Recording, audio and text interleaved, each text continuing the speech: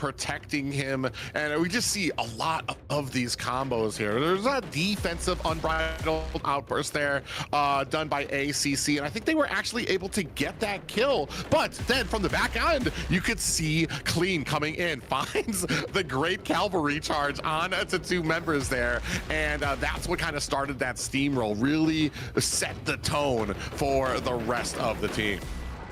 And we got to call out the Hai Lang on the Shi there. It looked like Boars Gaming was winning that fight. They were like 3v1, 4v1 versus ACC there, as he's forced to, use the unbridled outburst defensively. But while everyone's kind of chasing him down, Hai Lang on the side gets that pull on the Yukio, reels him into his team, and that really kind of changed the game there. Hai Lang was able to just get these picks in the early game, to get the pay ahead, to get Shanks ahead, and able to, shut down the side of Boars Gaming, force them to play reactively for the remainder of the game.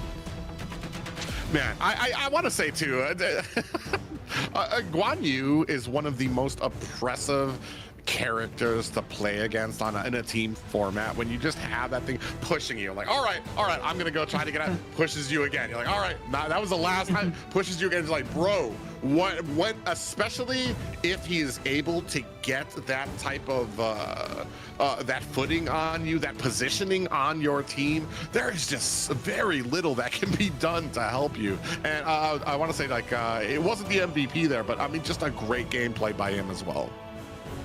They had a pinball composition right there, right? Guan Yu's gonna push you in, and then Shi is gonna reel you in, and then you get pushed back and forth again there. Definitely really hard to go ahead and recover from that game there. But speaking of recover, we're gonna have to recover for a bit here before we get into the third match today.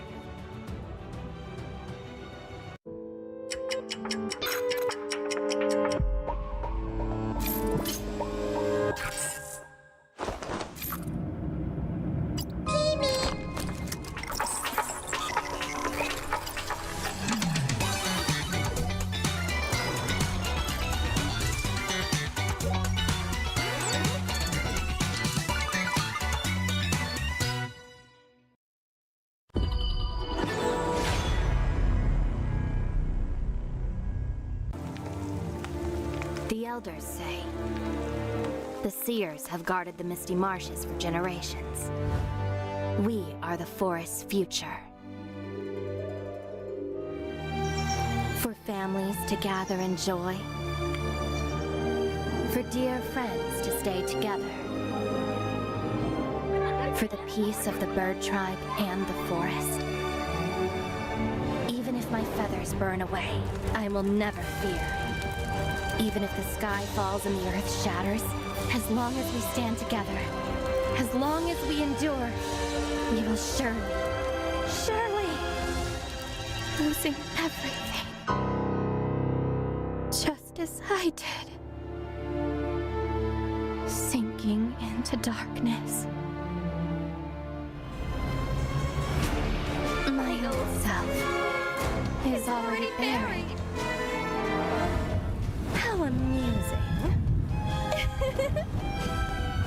This eternal, blissful heaven. What a beautiful little bubble. I can't wait to pop it with my own hands.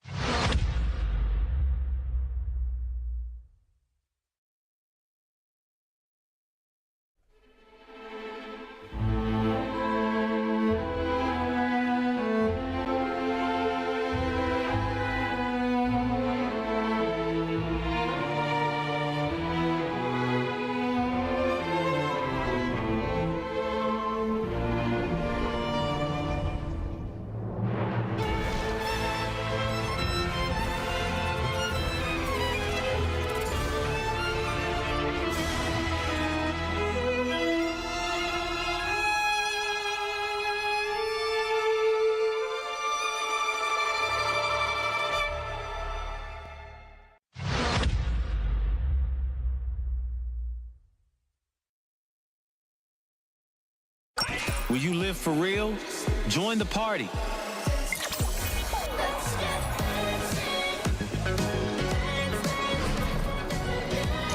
Make the whole street a party and add disco balls.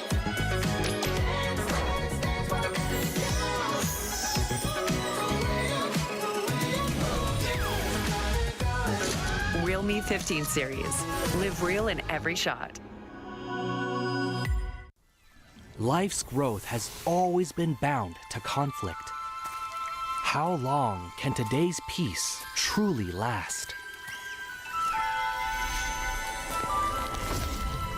1,000 years ago, from a single seed sprouted the misty marshes' first wonder. Born of wood, growing into a forest, gathering countless living beings within. Growth, cycles, fates, weaving endlessly together. With the deities came the first enforcers, becoming the Misty Marsh's first protectors. They took form as the 9 seers, each with their role sheltering this hidden land. All things eventually come to an end, and a new beginning does not always follow the old path. Today's inheritors of the seers' legacy long for a different future. Their followers, too, drift further apart. The Order of the Seers and Omniscience are like 2 branches growing in opposite directions. The Misty Marshes watches quietly as it all unfolds. For from the moment that first seed sprouted, the deities already knew the life they nurtured would one day choose its own future.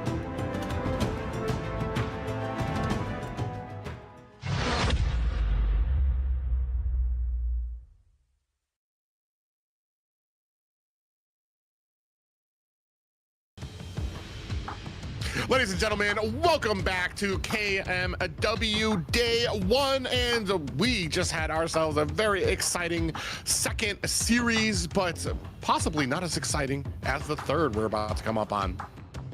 Absolutely. Here we have Level Max Club. These are some of the new faces we're talking about here, right? A team we have not seen in the past before here, qualified through the open qualifiers here, beating, you know, one of the teams we have coming up next, BTK, for this spot here. And they are facing up against the Titans OG Esports. Yeah, and that's going to be a very amazing game there to see how well they can stack up. That's something that you brought up about how they beat it. But guys, you can get those Mirage City skins that arrive today, September 11th. You stand yourself a chance to get a free Fong skin. Absolutely. You could be like OG Esports. They were playing Fong earlier. Didn't have the skin yet, all right? But because they're busy playing, you guys at home have the opportunity. Go ahead and get that skin. Make sure you guys are entering in all the CD keys that pop up on screen here. Get yourself some Dragon Crystals and some rewards along the way here, because you do get that for watching and supporting the stream here. But yeah, this game coming up is going to be very interesting. We don't know much about Level Max Club. We know they're the new kids on the block here, and that's very exciting, right? They could either, you know, be a lot better than people expect. They could bust out unconventional strategies here, but they definitely proven themselves and earned a spot here in the KMW. Yeah, and I think that's what I'm most excited about, because you brought it up earlier, a little bit of a mention. They were able to beat BTK to move on and get themselves a spot here. So they do have a little bit of that fortitude. How well that's going to stack up against a team like OG, who we saw from the first series, has a very strong presence about them, very strong mechanics, very strong with some of their drafts and strategies, and their explosiveness right from the get-go. Will they be able to stack up? We're going to try to find out here.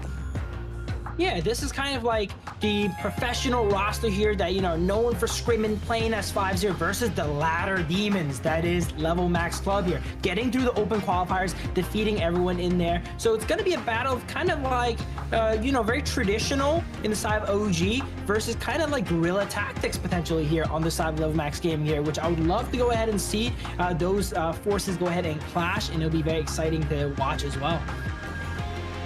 Yeah, and that's the kind of thing too. And one of the things you gotta wonder when it comes to seeing a clash like this from a team who does well on the ladder, who does well in the rank, that have been teaming together, does the live stage play a factor for some of these teams when you've got a team like OG who's been there, done that, has the experience over here? Maybe they still get jitters, but definitely not those first live stage experience jitters. Is that going to be a factor as we go ahead, check out this first video of LM Gaming? So you should never give up. You gotta fight for it. Whoa, let's go. I know you want it. I see the fire in your eyes. You gotta fight for it. Let's go. The battle's calling. You better give it all you got. You gotta fight for it. The time is right for you to raise a bar. Yeah. Cause you could be the greatest of them all. Yeah. Let's go. The battle's calling. You better give it all you got. You gotta fight for it.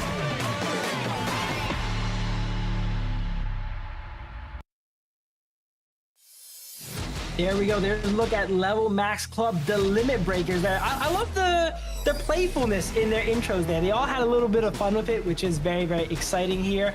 They are going to be representing the United States here as well, too, where we're hailing from, which is awesome. Here's a look at their roster here.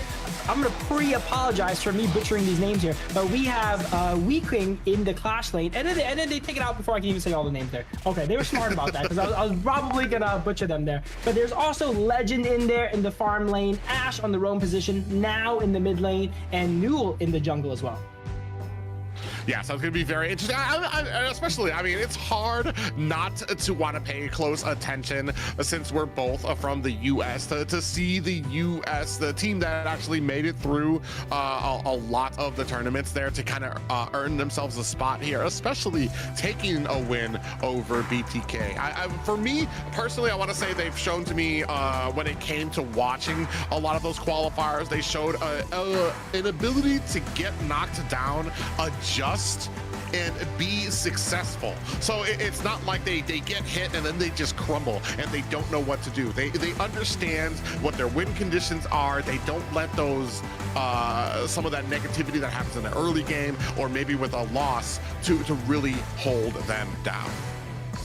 Absolutely. And once again, we're going to go ahead and have a look at OG once again here, their opponents. So you should never give up. You gotta fight for it. Whoa, let's go. I know you want it. I see the fire in your eyes. You gotta fight for it. Let's go. The battle's calling. You better give it all you got. You gotta fight for it. The time is right for you to raise a bar. Yeah. Cause you could be the greatest of them all. Yeah. Let's go. The battle's calling. You better give it all you got. You gotta fight for it.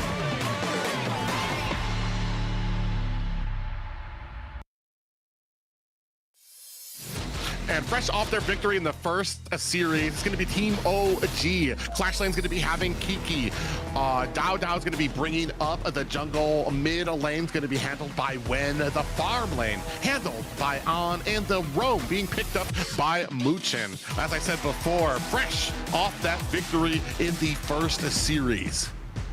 This is going to be a really tough game for Level Max here. They're against probably, you know, the favorites of this tournament here, OG, and on top of it, they're warmed up, right? They got the momentum. They got the 2-0. Look at them. They're all enjoying themselves here. They're definitely a little bit more awake now. Before we saw Tepe a few yawns there, but now they've eaten some breakfast. They got a win under their belt, you know. They're ready to game here, and it looks like he's trying to make some shots before the game even starts. Whereas Wen here, stoic here, locked in, envisioning how he's going to play this game. Yeah, envisioning that victory. You hit the nail on the head. Definitely more awake. They were right in that struggle bus in that first series, a little early morning for them. But man, here they look energized. They look ready. On the other side there, LM. They are looking, they understand, I want to say. They're not going to be a team that underestimates OG, that thinks that this is going to be a cakewalk. They understand that this is probably one of the favorites here, and this is going to be a big look for them. Can they set the tone against a team here like OG?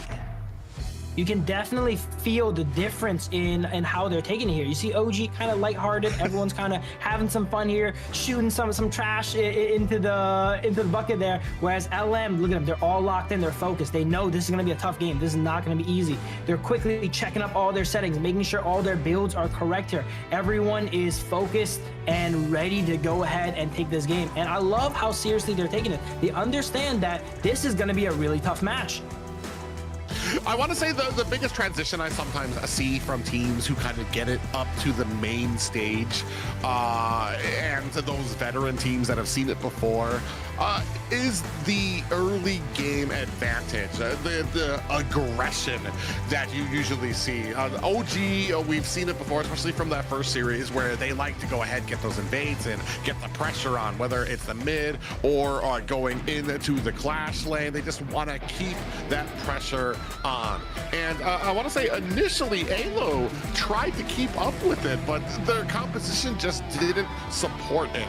Maybe we might see something a little bit different when it comes to the drafting from LM. I do want to say I was wildly impressed by some of the drafting they had during some of the qualifiers to be, they were initially knocked down by BTK, but another series that they had coming from the lower bracket, they were able to beat BTK because they were able to understand the draft, the weaknesses, and be able to take advantage of that. Maybe that's something that they can showcase here. Does it rise to the level of being able to outdraft a team like OG?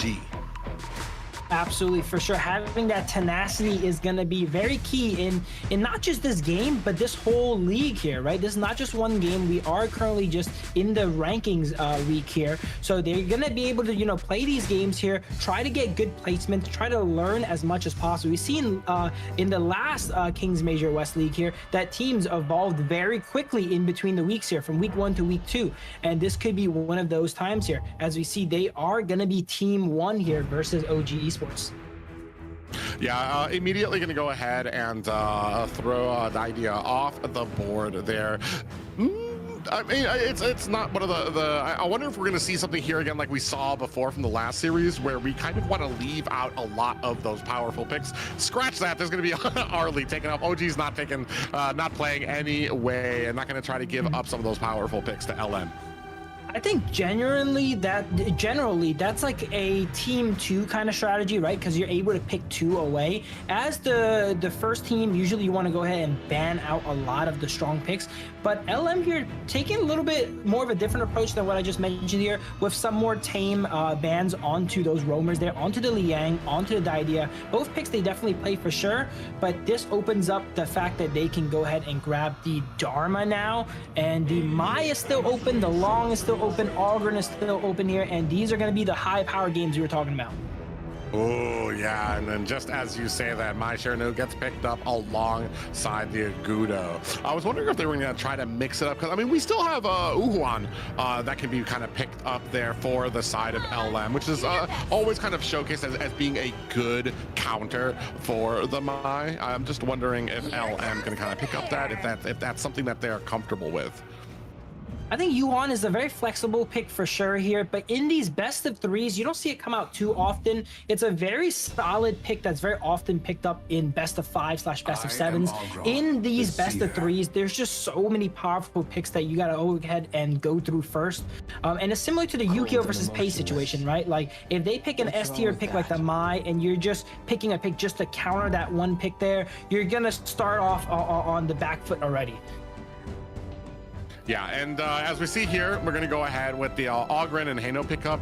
Lung pick up as the final pickup for OG before we go into the second banning phase here, and wonder where they're looking to lock things down. We have a little bit of mobility, that speed that comes with Mai, who's going to be able to kind of get to those side lanes, aid there, and then as we saw before, a large amount of tankiness that comes from that Ogren pickup, especially because, like we said before, with a Mai on the side, well, we don't actually know if she's going to be mid lane, but if she is mid lane, you've kind of taken her off the board as somebody that's going to be able to dish out a decent amount of anti-heal to kind of offset the Ogren pickup. Absolutely, there. Mai is probably going to be in the mid lane there unless OG really starts cooking up there. But they do. LM does pick up the Hano, which is a pick we've seen OG actually use to counter out the Mai earlier. So they're kind of. They definitely watched that series, you know, they're learning here, and they're trying to pick up on some of the tricks that OG is going ahead and use here. I'm surprised at the amount of Ano that we're seeing here today. That's not really a conventional pick in the mid lane. It looks like teams are starting to use it against the Mai, though, because it's not really vulnerable to Mai's combo.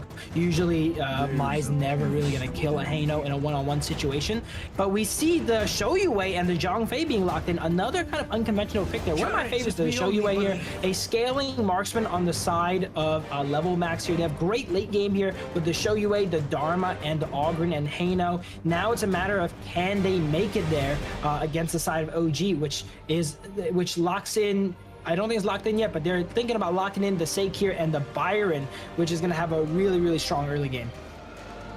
Yeah, and that was actually what I was going to call out. Is, you talked about that great mid, that great scaling coming from LM, but what do we have in the early game to kind of lay that path for us on the side of LM? Or are we looking on the side of OG that they're going to just kind of steamroll from the beginning? So it's going to come down. One thing is that we saw from the side of Avo that really kind of tripped them up was kind of being a little lackadaisical when it came to kind of that laning phase. Caught themselves 2 deaths because of maybe bad positioning, not really respecting the damage that OG was able to kind of dish out even before they even got to some of those team fights. Here, you're going to need to be crisp. You're going to need to be very smart with your strategy, especially in that early game. Absolutely, and it's going to be very dangerous here to pick such a scaling focused composition against probably, most would say, the most deadly and strongest early game team here in OG. They're known for ending out these games very quickly and controlling the early game. And when you pick all these scalers, it's going to be tough, but let's go ahead and see how they go ahead and deal with it in the early game. Yeah, and that's what I said. Like it's all about laying out that path. I mean, we've already seen where teams, if you can understand, and that's what I'm kind of hoping for. LM, Level Max Club, hopefully they understand these weaknesses. They can play to it. They can kind of bait in OG, try to get them to a point where they're getting too hungry and thirsty, trying to get these fights off until they scale into that late game. Here, we're gonna take one last look at these compositions before we go into the first match of this 3rd series of the night.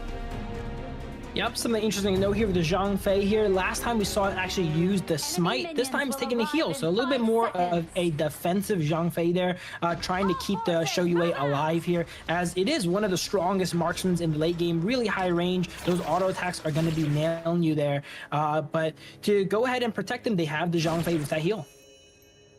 Yeah, I want to say a lot of my attentions here is going to already get themselves a 2-man pop-up there from a Muchin on that Secure. But I want to say, for me, I'm going to be watching out for Ash. Is he going to be able to kind of be that peeling he needs to be for LM in that early game to kind of offset it? Ooh, as we do have a little bit of a engage here. Wooking in a little bit of trouble, gets back to the safety of his tower.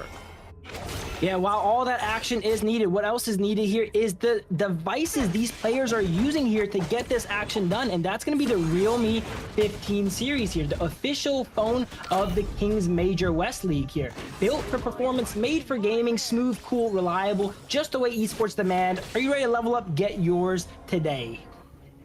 Yeah, when you're competing at the top level like these players, you want a phone that can compete with you. Realme 15 being that of a pro choice. As we continue here into the 1 minute and 20 second big, another 2-man knockup there coming out from Muchin on that Secure, but no worse for wear on either side here. Both teams very respectable of the laning phase of the damage that comes out.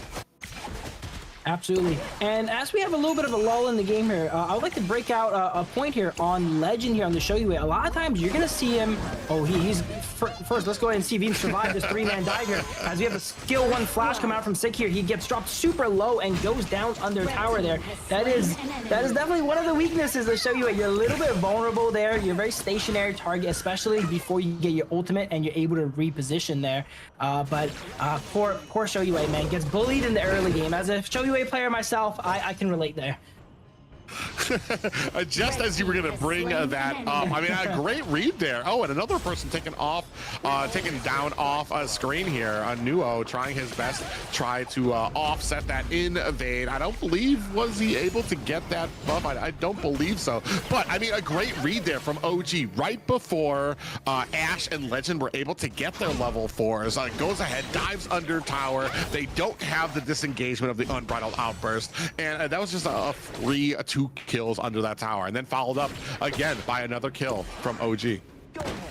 3 minutes into the game here, OG's kind of already getting away with the gold lead here, up to about 2,000 gold on LM here. This is what we're mentioning there in draft. While LM does have the scaling side of this, are they able to make it there? OG, known for their early game, and they have a stronger early game draft as well too. It's really hard to survive. Oh, and just like that, Dao trying his best, trying to get that damage off. And look, this is the trust that the teammates have underneath the tower, looking to try to lay waste. Luki in a little bit of trouble here, gets picked off here, even with Nuo trying to come into his save, is not able to find it. That is 0-4 for OGs, finding themselves another kill under tower. OG's just able to prep all these dives here, and LM they're not in position to respond. Maybe they don't know what's going to end up happening here, but OG is having these very structured dives they're setting up on all these players inside of LM. They're thinking the tower is safe. It's not safe if you're able to take a 3v1, a 2v1, and juggle tower aggro effectively like we see OG doing here now. Yeah, it's just amazing. And this is something, this is shades of what we saw from the first season. It's just that Alo was just getting killed underneath tower. They didn't understand where the power spikes were coming from on the side of OG. They didn't respect the damage that could come out from it. And unfortunately, that just really cost them in the early game. Here, right now, we're starting to see kind of the same thing here. Able to get underneath the tower. They trade aggro underneath the tower, and they do such a good job of just kind of keeping this push. But this is what we saw from the draft. Early game just is not favoring LM. And we've seen a lot of teams actually send their roamer into that Dharma lane to supplement that early game, but that's not something we've seen from LM here. And because of that, Keke was kind of able to run free in that 1v1, you know, get all the good trades he wants, and then set up dives where he can call in Dao to go ahead and dive the Dharma there. Yeah, and they're still trying to kind of pick up those scraps of their jungle here. Very slowly, the noose is tightening around LM. They're starting to lose towers. The pressure from top and mid. You can see mid tower is already down to the tier 2. Still putting on some more pressure here. LM just really just not able to find an ability to kind of get through this line. Even here, Keke, absolutely fearless, running into 3 members of LM. Just to kind of check that bush, just to let them know. It's like, all right, I'm just gonna check this, make sure. But I mean, a good, I want to say, just power check there, just to let them know. I mean, you're not gonna be able to take him down. And I feel this is with the pace that this game is going. That is the confidence that OG is known for there. Keke just casually, you know, no teammates aside, walking into the enemy side here. 1v3, no problem. He's so ahead, he knows they can't take him out. He kind of wants the challenge. He wants them to try, right? He's walking right into the enemy jungle. They're not able to take him out there. And now he's walked all the way onto the side of their Zher Golem here. Ogren drops a beautiful Conductor of Souls on 3, but they just do not have the numbers there as he's forced to back away. I get so upset when I see Ogrins out there, especially with a team that's as fed right now. He's just so strong. He's not able to do anything, but they're still not able to kill him, and that's just saying something. Speaking of which, they do get that kill off on him just in spite of me. And man, I just already down to starting to get to those high ground towers now in a bad way against 3 members. We already know underneath that tower is not a safe spot for him. It's still trying to deal out some damage, but the jungle going over to OG's. OG has complete control of the map right now. All lanes are pushing, and they have secured almost every single camp on the side of LM here. And when they want to go ahead and contest it, look what happens. They go ahead and force a fight, which they win because they have the levels, they have the gold, they have the advantage. They're not letting LM play the game. Oh, just when they thought LM comes in, they try to get a gank onto On, who ults, runs away while reinforcements come from OG to offset that damage coming in from there. They're just a remarkable team right now. The pressure that they have here, they understand the damage that they're not getting out too fast. Take a look here at the gold charge. It is basically all OG. Absolutely. And then we just saw there for a second there, LM actually using Hano's ultimate, Fate Rewind, to restore that high ground tower. The only hero in the game on global right now that can heal / restore towers. And he ends up doing it there. Really clutch use of the Hano. But is that going to be enough time that buys them here as OG just continually knocks at the high ground of Team LM? Well, I was going to say, you know, there's only so long that you can put off the inevitable. But, I mean, this is your goal. You want to get to that late game. You're hoping that you can withstand. I think they understand this was going to be the game. They were going to be getting, maybe they don't think that they were going to get this many deaths, but I'm sure they were hoping that they could outlast long enough for them to start getting those power spikes, get to that late game, to where you're facing the raid boss Ogren, where you're facing that huge tank in the Zhang Fei as well. So, I mean, they're hoping to kind of elongate it. It's just, can OG kind of continue to close this quickly shrinking map around LM? On just goes into the enemy base as marksman, kills their mid laner, and then ults away there. It is brazen what OG is doing now, but they know they have the stats, they have the numbers, they're able to get away with here. Huge truth module coming in on to 3. That is exactly what LM needs. Are they able to turn this fight here, though? They are able to take down 2 from it, though. That was a beautiful, beautiful truth module. Oh, yeah, but he's only able to take down 2, and they quickly, OG turns it around into a clean team wipe. And I'm not sure if they have the minions just yet to be able to kind of push into here. Now trying to put the damage onto Now, alone here, trying to defend this base, and he gets taken out for his troubles. Ladies and gentlemen, this is going to be game 1 of the 3rd series going to OG. There we go, classic OG fashion. We were mentioning a little bit off of the broadcast here. While Twisted Minds, you know, that when they're the favorites, they like being really calculated, right? They take the guaranteed win. They slowly push into your base. They set up those double objectives, right? And then they make these, you know, very calculated pushes that guarantees the win. OG, completely different. They know they're ahead. They know they're stronger. We'll send our marksmen straight into your base, and then we will just brute force through and force the win before 10 minutes. Yeah, they even lost a few members there at the end, but they understood that what they needed to do to kind of send those heroes to the void so that they would be able to kind of cinch and get that wipe on them. This kind of answers the questions of what the side of LM was gonna be able to do when it came.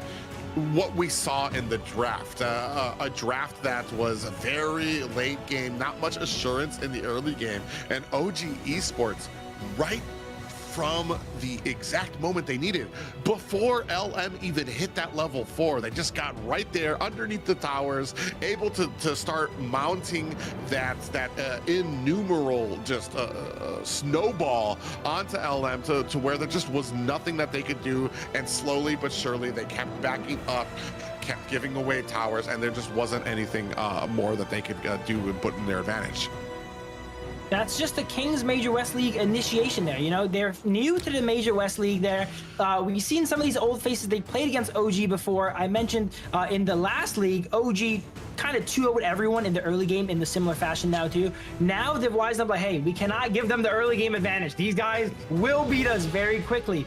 But LM, they haven't learned that lesson yet, so they pick a full scaling composition here into OG, and OG shows them why they are to be feared as they go ahead and end the game under 10 minutes. Yeah, a great game played by everybody, and just like I was saying, it was just like a noose around LM to where they were just getting squeezed and squeezed and squeezed until they're, and those are some of the not the most exciting games, but some of the most strategic games where you just have this formidable machine like OG who just continues stepping forward, getting some of those towers, stepping forward, encroaching on the territory of LM, and there's just nothing that they can do about it. A well-played game by OG. We're going to see if LM has any type of answer here in the second draft.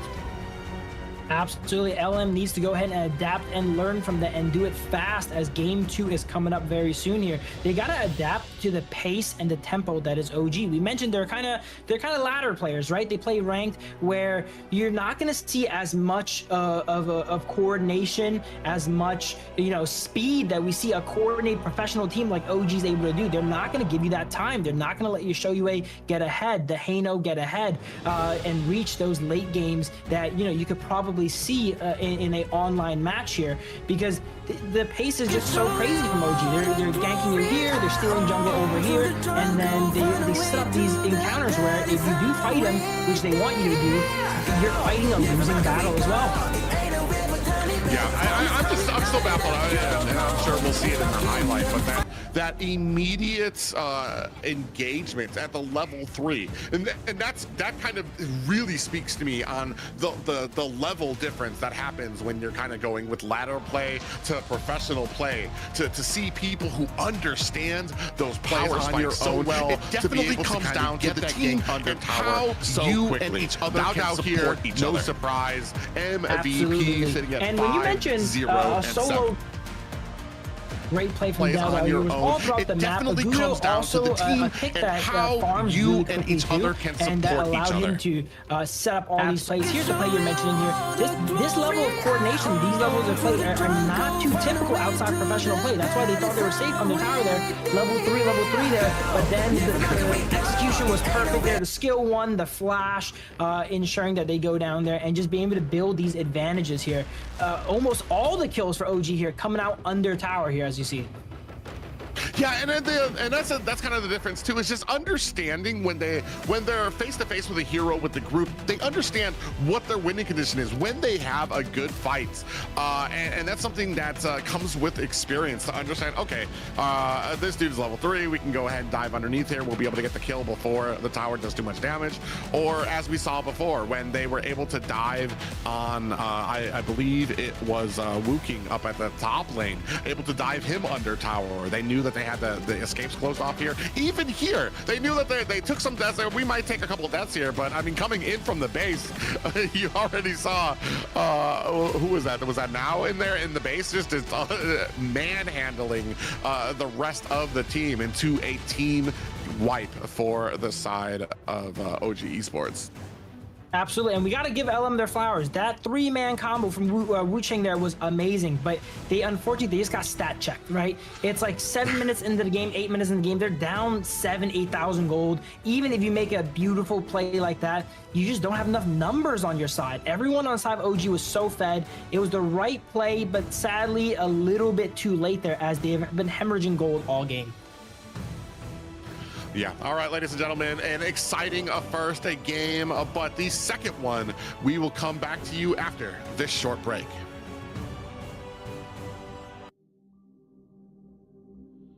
In this world,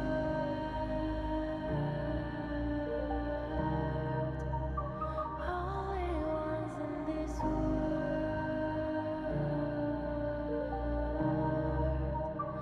only ones in this call out my name, call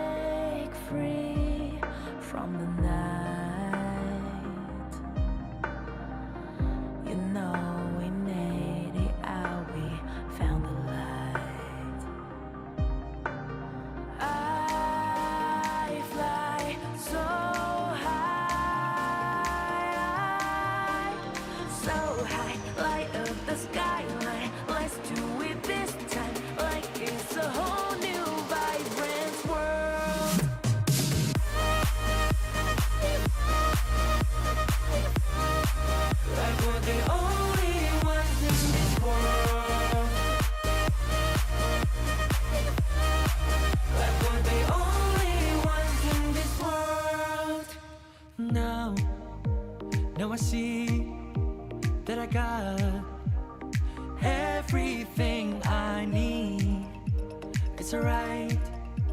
I'm on fire. I'm alive 'cause now I fly so high. So high, light up the skyline. Let's do it this time like it's a whole new colorful world.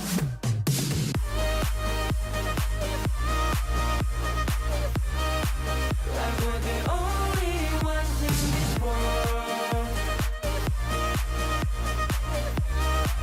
Like we're the only ones in this world. Never thought we'd get this far. Burning like the stars. How we get this far. Like we're the only ones in this world.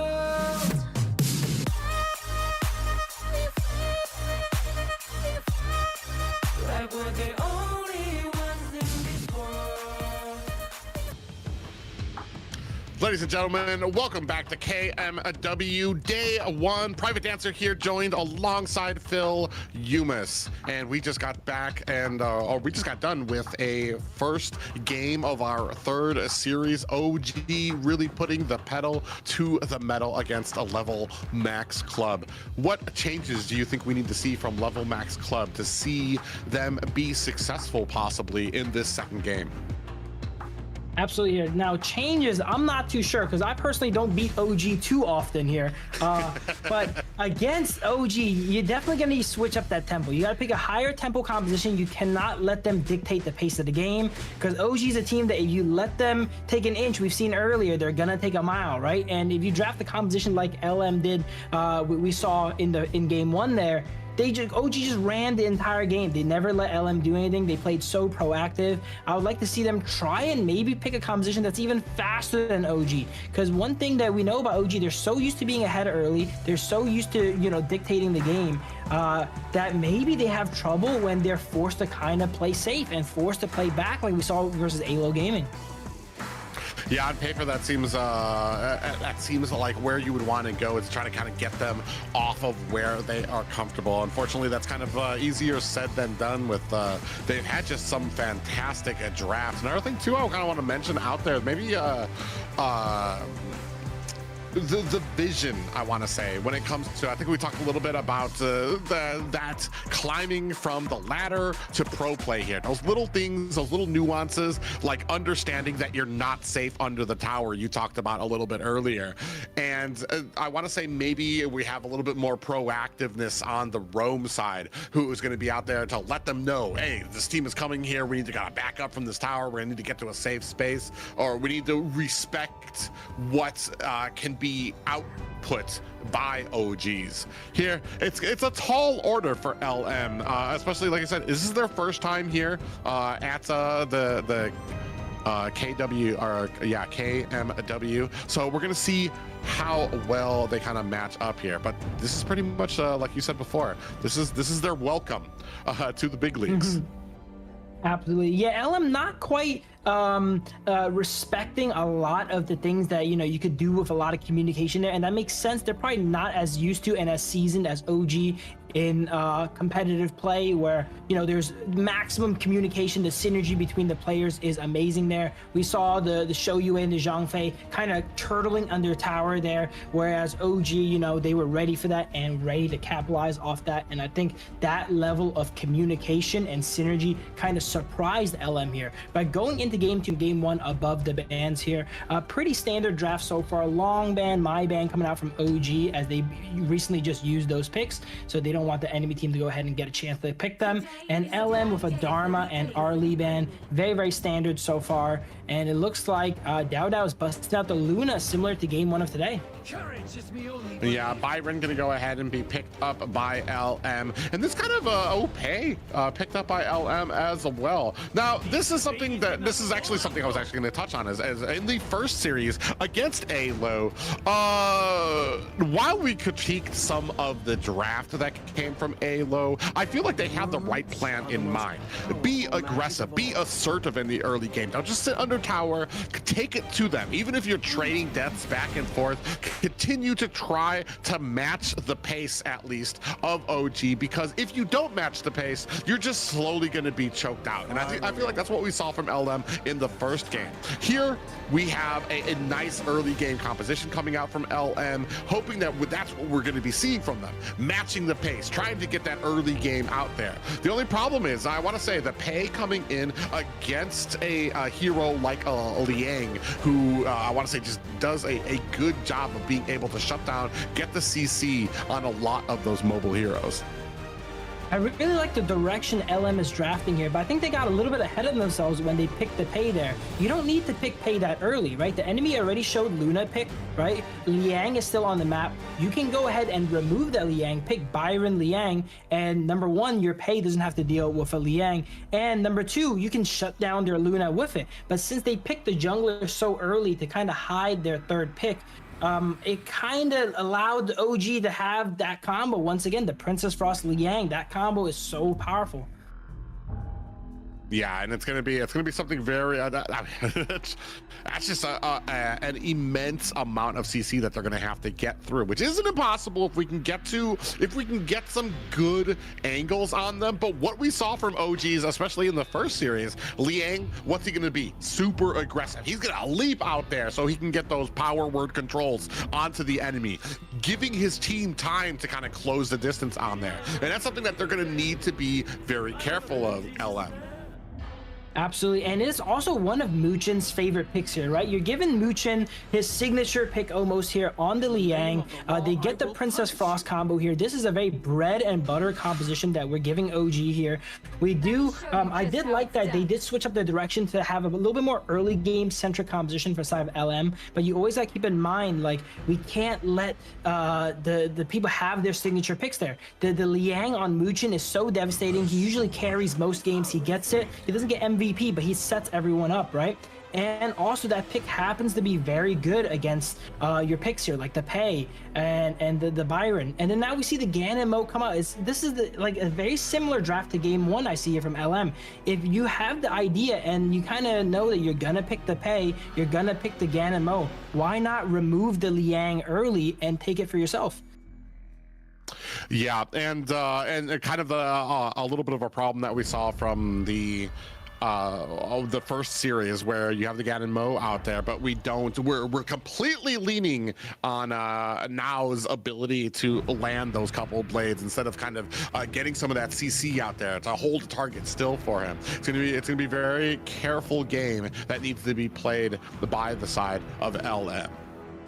I think this game is definitely a little bit easier, kind of similar in the Alo Gaming one, where he had completely no setup. This time he has the Hou-Yi ultimate to try and set him up. But I would really like to see, once again, we're seeing today, at least in the Kings Major West League, the support or the roam pick is usually very pivotal. It makes or breaks your team, because the support is usually used to counter out the enemy carries. And we see the Liang to counter out the Pei, to counter out all these melees here, and also removing it from the enemy means they can't go ahead and counter out your carries. Yeah, and it's going to be very interesting. I'm actually eager. I like what we see here coming from the side of LM more than I did from the first game. I feel like there's a lot of very good win conditions that they can kind of keep up that pace, or at least keep up the pace to where they're not getting drowned from the second minute on. As long as they respect, as long as they can kind of keep that mini-map wary of where OG is on the map, be wary of them being able to dive under towers on them, just be respectful of the damage that they can dish out. Yeah, and LM this time around, they have a lot of burst damage early game. They have that Byron, that Pei, and not many people know, but the Liu Bang actually has a surprising amount of burst damage, often doing more damage than marksmans and such in the early game with that shield and skill 2 here. It looks like he is going ahead and starting in the Clash lane, trying to cheese out Keke once again. Poor Keke, he always gets the most pressure put on him. Almost every game we watch, we see Keke kind of get jumped on here. Woo! As we see a flash forward and a kill coming out here, Keke getting cheesed out a bit. That's that early game damage I'm telling you about there from the Liu Bang. It's hard to expect when you pick, these more unconventional picks. Usually you're not ready for it. Oh, and I do like the aggression. This is what we were talking about. Match or try to outspeed them. And that is exactly what LM is trying to do. They pick up the early kill, immediately go into enemy jungle trying to pick it up. But just like that, OG's able to answer back. I like this tempo as well here. They're kind of throwing off OG. We mentioned earlier, OG's so used to always being ahead. They're kind of taking it back here as LM actually has the gold lead. They're up 1-0. They take out Keke. Being able to put behind Keke for minimal resources, I would say, you know, they just had the roam there for like, you know, 30 seconds or so. So really good start for LM here. They need to go ahead and keep their foot on the gas and not give it back over to the enemy team like we seen earlier in the day with Alo Gaming. Well, and then one thing with Ash on this Leo Bong is that you have that battlefield command, so you kind of have a map-wide ability to kind of join if you see things going haywire and you're not near. So it's something that he can kind of close the distance there and bring that support to his team as well. So I mean, I feel like this is what I was talking about earlier. I feel like they might not always have the answer, but if they do get beat, I feel like they learn and they're able to adjust very quickly, as we do have an engagement here happening here. Big freeze landing on to Ash, who's able to find himself an escape. Both teams no worse for wear. A little bit of testing grounds for both. Absolutely great plays from both sides here. Kind of just, you know, playing really safe, making sure that they have all their people about him. LM, I'd say, is clumping up a little bit more than OG. They're trying to make these rotations and force these fights here, whereas OG is kind of a little bit more in their own jungle after that early game. They probably recognize that they're not quite as strong as the side of LM, and they're taking a bit of a back seat here, which, again, is rare for OG, which is what we'd like to see here from the side of LM. Yeah, very interesting. Ooh, we did see legend for LM. LM kind of flipping the script on OG there, right? Game 1, we kind of saw OG take these 3v1s and then get these ambushes going, but game 2 here, LM able to land that arrow with the battlefield command on the Byron while Keke's locked up and taking that, you know, pseudo 3v1 and taking him out. It is not easy to be Keke here. As he look at this. What can you do? You get hit by arrow into the battlefield command, into the skill 2 knockup, and the second he got hit by arrow, basically he was dead. That's the type of moves that make you want to frisbee your phone across the room when you're just sitting up there minding your own business, and boom, hit by a stun, the rest of the team just collapses on top of you, and you take your second death of the game. Mind you, the only 2 deaths of the team so far. Oh, we do have a power word coming out there. Is that going to be enough? It does look like Ash goes down. Dao does end up going down there, but that's that combo once again, similar to game 1. Princess Frost Liang, it's such an easy combo to execute. You use that ultimate on Liang there, and then Princess Frost drops their combo on top of it, and no real characters in the game can survive that combo. Yeah, you're basically put into a coma while the rest of the enemy team is beating down on you. But just like that, OG inside their jungle looking for a kill. They are able to find Nuo. Now trying to continue it on. Ash stuck his nose in the business where it didn't belong to, now might be taken out as well. 2 kills on the board for OG. Or actually 3 kills total, 2 kills there. Yeah, the good thing about Liu Bang is they're able to join the fights, kind of similar to some stuff like Yarya here, able to help out. But the bad thing is you give 2-for-1 specials, and that was a 2-for-1 special for the side of OG. Oh, man, just that CC is just debilitating. You were talking about it, the combination of Muchin on this Liang, of Wen on this Princess Frost. As soon as you're caught, it's pretty much game over, even without the rest of the team coming in to drop most of these players. Now sitting at 4-3, big pressure being put on by OG up at that Clash Lane tower. Muchin is just so seasoned on this hero here. You might think, you know, Liang's super simple to play. You just press ult and grab someone, you can't really miss it. But the skill in this hero is being at the right place at the right time. He's always there when he's needed to grab these priority targets and set up his team. And that's the skill of Liang, and this is something that Muchin has mastered.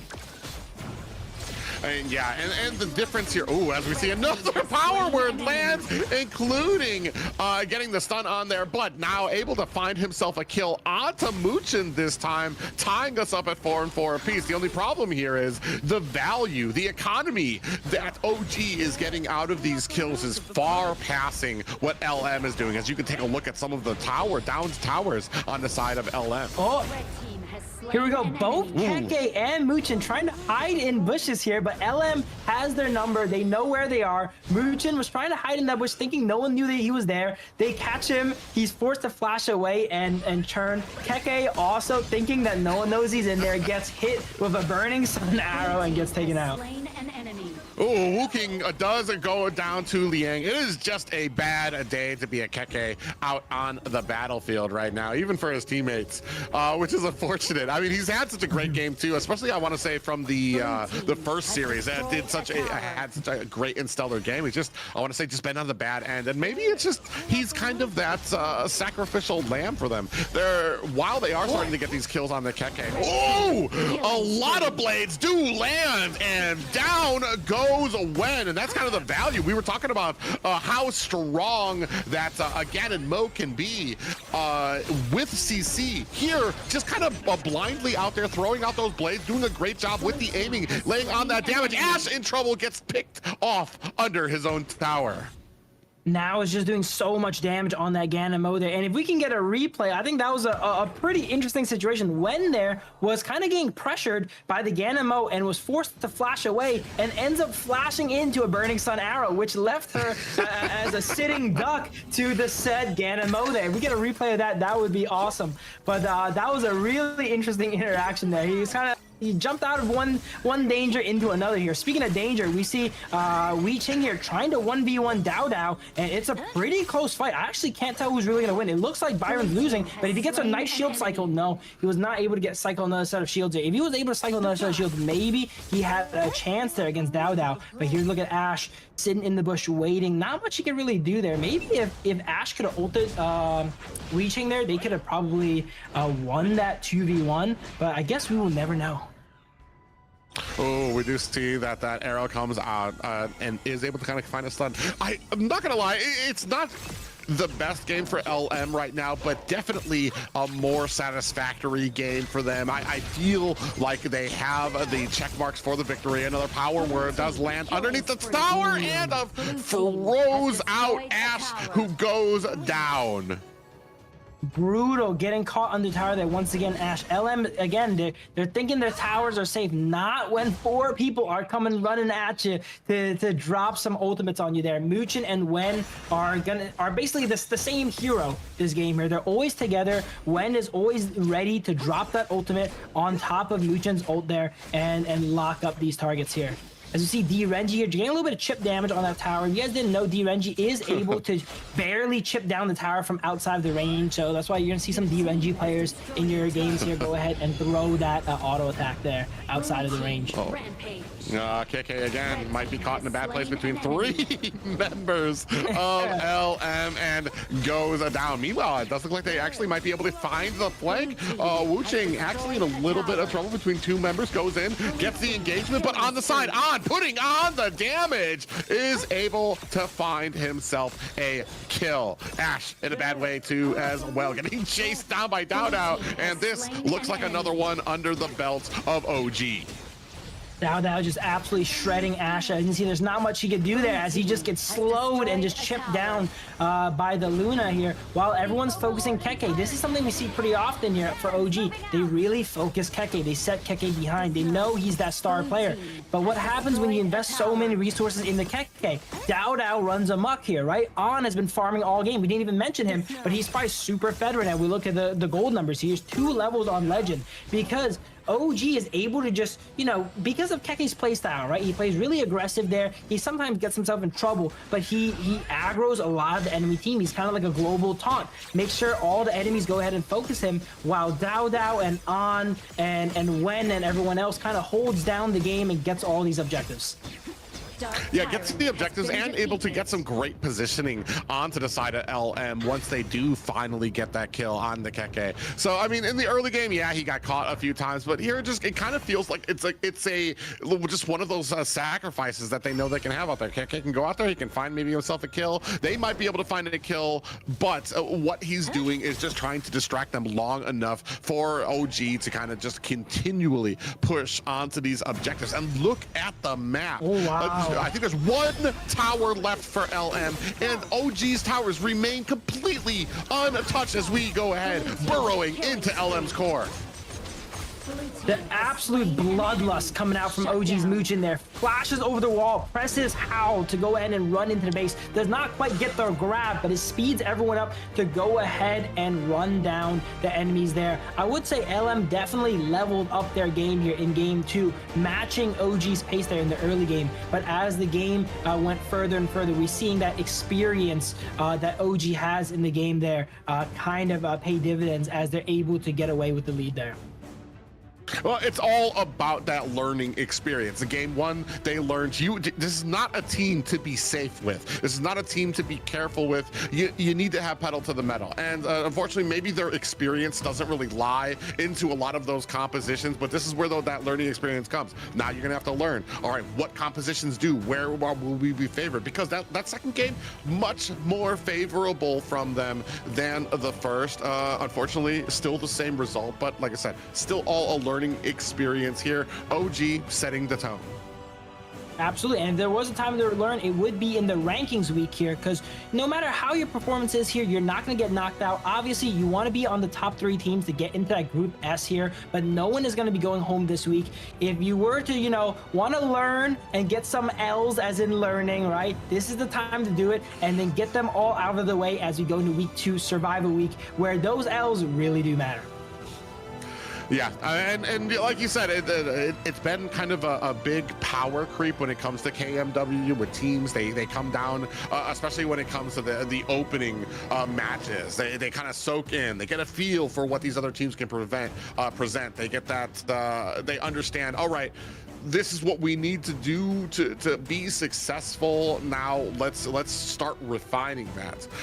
Unfortunately, like I said, there's just those teams that have just been doing this a lot longer, that understand it a lot better. And teams like OG just especially when it came to that first game too as well, able to kind of pick apart, understand that even though the enemy's under tower, we understand our power spikes, we understand what we can juggle underneath there, and we understand what we can take down. This one a little bit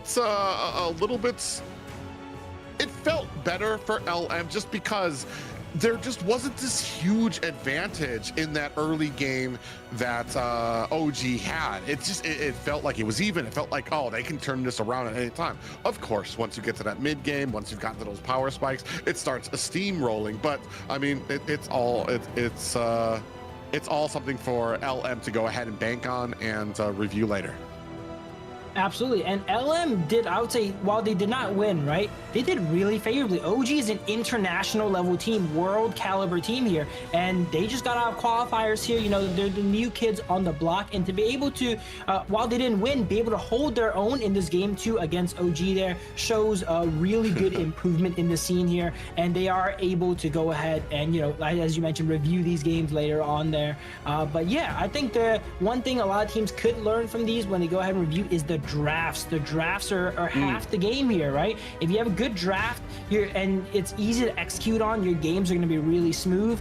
If you're against these teams that have more experience, right, on average more mechanical skill because they've been playing the game longer, you do not want to get the final nail in the coffin with a suboptimal draft as well on top of it.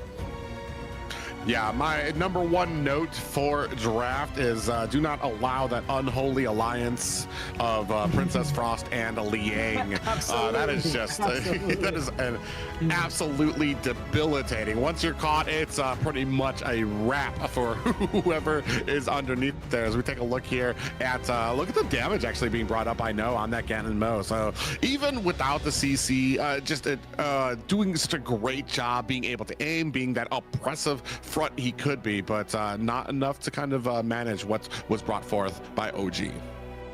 And even though we were joking around about Keke getting focused super hard, Keke actually, even despite all the things that happened to him, right? Global ults, global arrows, everything, he's able to match the Byron. So even though they invested all these resources into him to get him behind, he's never really out of the fight, right? Keke is never useless. And then when he is behind, he goes ahead, he draws so much fire from the enemy team so that Dao can kind of play the game freely, so that An can play the game freely. And if you do not focus fire on Keke, he's able to, you know, do Keke things. So it's kind of like he sets up a lose-lose opponents there. Yeah, and that's the interesting thing too, is it feels like you kind of really need to be able to kind of have an answer for Keke.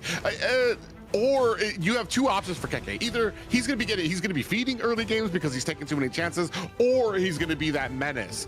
The problem for a lot of teams is, even if he is feeding in that early game, the rest of his team is more than capable of coming in, filling that gap, and still being this machine that is able to push forward. Here, MVP, no surprise it's going to be on 4-0-6 on D Renje. Yeah, An is kind of like the silent assassin on the side of OG. He doesn't make any flashy plays really, right? But he's in the back, always farming, as I'm mentioning here, while Keke and Dao are having fun, and jumping around, taking 1v4s. He's there, really diligent, holding down the house there, right? Getting lots of farm and being really, really consistent there. A super unsung hero for the side of OG. Yeah, here as we take a look at some of these highlights back there, more examples of Liang and Princess Frost. That combination duo here. An and Mucha come in here trying to in the survival week. No one is going home this week, but that does not mean you want to go ahead and go into Group A, because then your seeding is not going to be as favorable when you're playing against the being able to take down two members of LM there. Yeah, the Battlefield command, when you commit it, you got to really make sure it could. Oh, there's Keke getting blasted once again there. He thought they didn't know he was in that bush. They knew there. But yeah, a lot of deaths going down for Keke. Not as clean as game, but I would say is not much on him. You know, he didn't play too reckless. In a game, in a MOBA game, a 5v5 game, if the enemy team invests so much on you, there's not much you can do, right? Like, what are you going to do? Stand in base? If the enemy sends 3 or 4 people after you, sometimes you do have to die and hope that your team picks up the pieces somewhere else. Yeah, and I want to say that it's a good balance for Keke of being able to I almost want to say be that loose cannon, but it allows him. That's kind of the gloriousness of his team right now, of OG right now, is they give him the space to be able to do that. Yeah, it's a double-edged sword. Is he going to be getting caught? Is he going to be able to go off? But they give him that space because in the meantime, they're already going and pushing. They're already getting those objectives. Just great game there by OG. And we were mentioning that LM are the new kids on the block. Our final match today are some definitely new kids on the block here, as we're going to get into BTK versus, I think, ALO Gaming, if I'm correct. But it's going to be right after this break.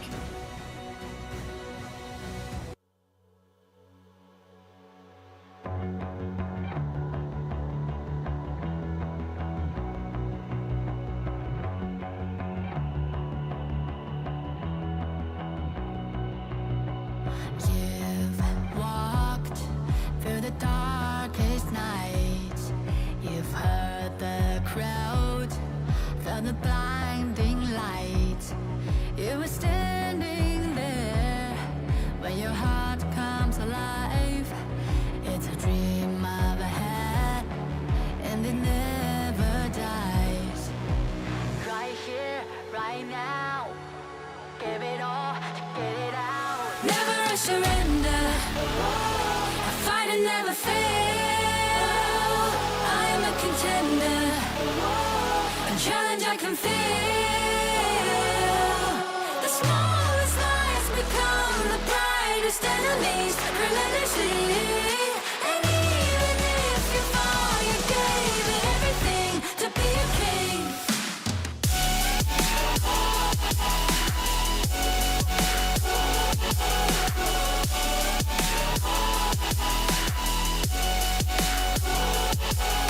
The smallest lies become the brightest enemies. Relentlessly.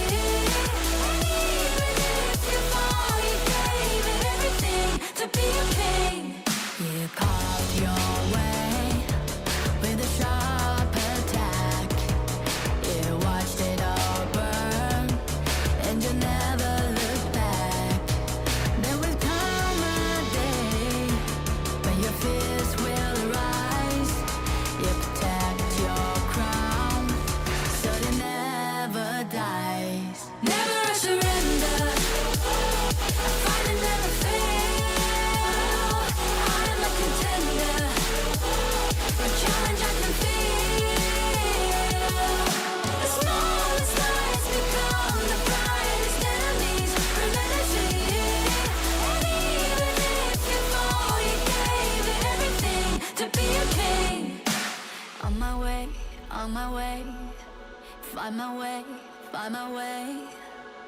my way, on my way.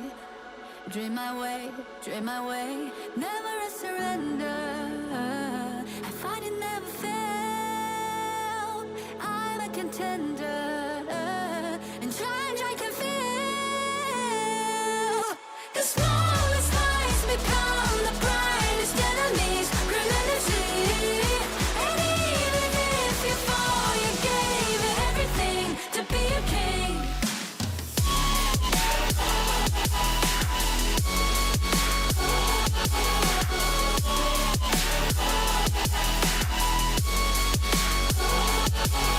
The smallest lies become the brightest enemies. Remember see. And even if you fall, you gave it everything to be a king.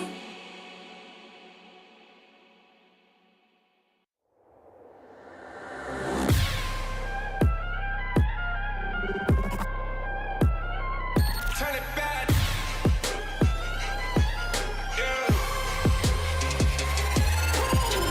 Gear out a weapon, getting ready, counting down. Pay attention to the challenge, tell me where you from. Gotta be tough, gotta be strong, gotta be soldier animal. Every time you tryna push me down. Look at me, I'll be lying down when I run around. And I make a sign, I will catch you. Watch out, it's better for you, got no mercy. Look at me, I'll be rising. Carry the season, you got a damn, gonna weapon. You never hesitate for another moment, but my bone is golden. I'm invincible, just let him know. I can show you all the glory I own. Through the jungle, find a way to the palace. I'm waiting. Go, never mind, can we go? It ain't a river turning back. Storm is coming, tired of your call. It's my kingdom, fire going up. We the kings, it's our honor showtime.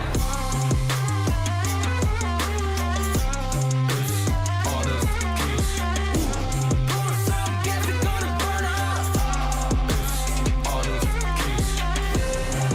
On a killing spree, I turn to violence. All my enemies, they go on silence. Wipe them out for only 6 seconds. We got honor. You wanna get me juice, kind of the one who made the rules. You have night to choose, only one way, got night to lose. I gotta shut down. We got no cry. We barely fight this one question. Ladies and gentlemen, KMW returns with possibly the most anticipated match of the night. Absolutely. We have BTK versus ALO Gaming. This is technically their first professional game. They played some show matches in the KWC, but now it is for real. They're versus ALO Gaming here. It is the final match of the day. Me and Private Dancer just very excited, waiting for it. We're thinking about some drafts for the teams already, right? BTK known for some of their stylish picks here. The Marco Polo coming out for Zane and such and all that. We're very excited to go ahead and see that, as well as the Mirage City skins, guys. They just came out here. Make sure to check that out and get yourself a free Fong skin. Yeah, it's something that's I've been anticipating here. Given that BTK has only been on the scene for a few months, they've made a huge impact. Don't get it wrong, but the fact that they haven't been on the scene very long, you are talking about a group that has experience that kind of transcends a lot of what we know here in a mobile MOBA. Are they going to be able to bring that experience here? Are they going to be able to make it successful? There's a lot of nuances. There's a lot of different strategies in HOK that make it a very strategic game, and I'm very eager to see if BTK can kind of meld that into a winning scenario. Absolutely. While they are relatively new to Honor Kings, these are MOBA veterans, right? These guys are champions from other MOBAs here. And are they able to transition that skill onto Honor Kings? That's what we're here to find out today. So I'm very excited for this match here. Final match of the day, last but not least, is going to be BTK versus ALO Gaming. Yeah, it's a very interesting matchup indeed as well. We just watched ALO Gaming here. They did suffer a loss, so you know that BTK have a target on their back. There's a lot of popularity behind them, and you know that ALO maybe might want to make an example out of them, especially after that first loss to OG Gaming. Maybe they want to kind of set the tone, let them know, hey guys, this is the big leagues here. Let's show you what we can do. Yeah, with just the style that BTK kind of does things, right? They have that flair, they have that ego, they have that showmanship, right? And that's something that when you're playing against them, you really want to knock them down a peg, kind of, right? And that's what Alo Gaming's probably thinking here as we go into this final match. Super excited to see how they go ahead and do things here going into the game. If I'm correct too, they are being coached by Dave there, my co-analyst for KWC. Let's see how they go ahead and do there. Very, very excited to see all their players and see how they do coming up. Yeah, it's something that kind of, I want to say, has a lot of US fans on both sides of the spectrum. You want to be excited, but you don't want to overestimate. This isn't just something, you don't just join this game and be great at it. Trust me, I've tried. I'm doing awful. Some of those are ranked matches. It's been quite the learning curve to kind of get over, understand each of the lanes, the differences, the nuances, what you need to do as a mid laner, as a jungler, as a clash laner, where you want to be, how you can be best of service to your team. But ladies and gentlemen, let's check out BTK. So you should never give up. You gotta fight for it. Whoa, let's go. I know you want it. I see the fire in your eyes. You gotta fight for it. Oh, let's go. The battle's calling. You better give it all you got. The time is right for you to raise a rock, yeah. Cause you could be the greatest of them all, yeah. Whoa, let's go. The battle's calling. You better give it all you got. You gotta fight for it.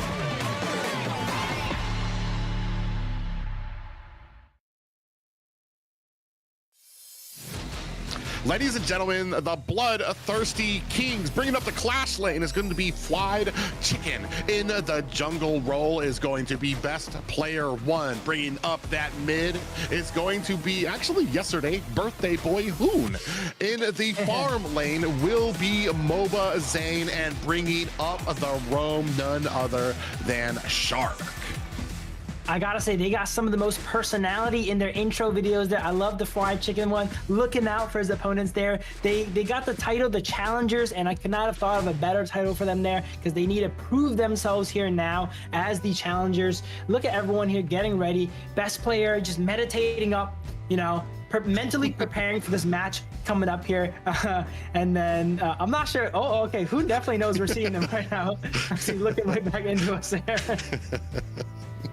Yeah, like we said yesterday, Hoon actually celebrating his birthday there. So what would be better as a present than possibly a victory here in their opening series of KMW.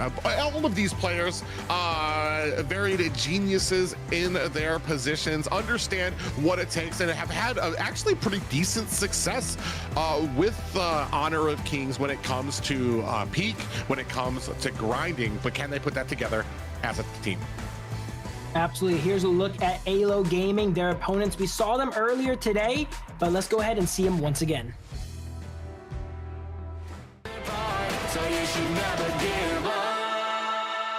You gotta fight for it. Whoa, let's go. I know you want it. I see the fire in your eyes. You gotta fight for it. Oh, let's go. The battle's calling. You better give it all you got. You gotta fight for it. The time is right for you to raise a rock, yeah. Cause you could be the greatest of them all, yeah. Whoa, let's go. The battle's calling. You better give it all you got. You gotta fight for it.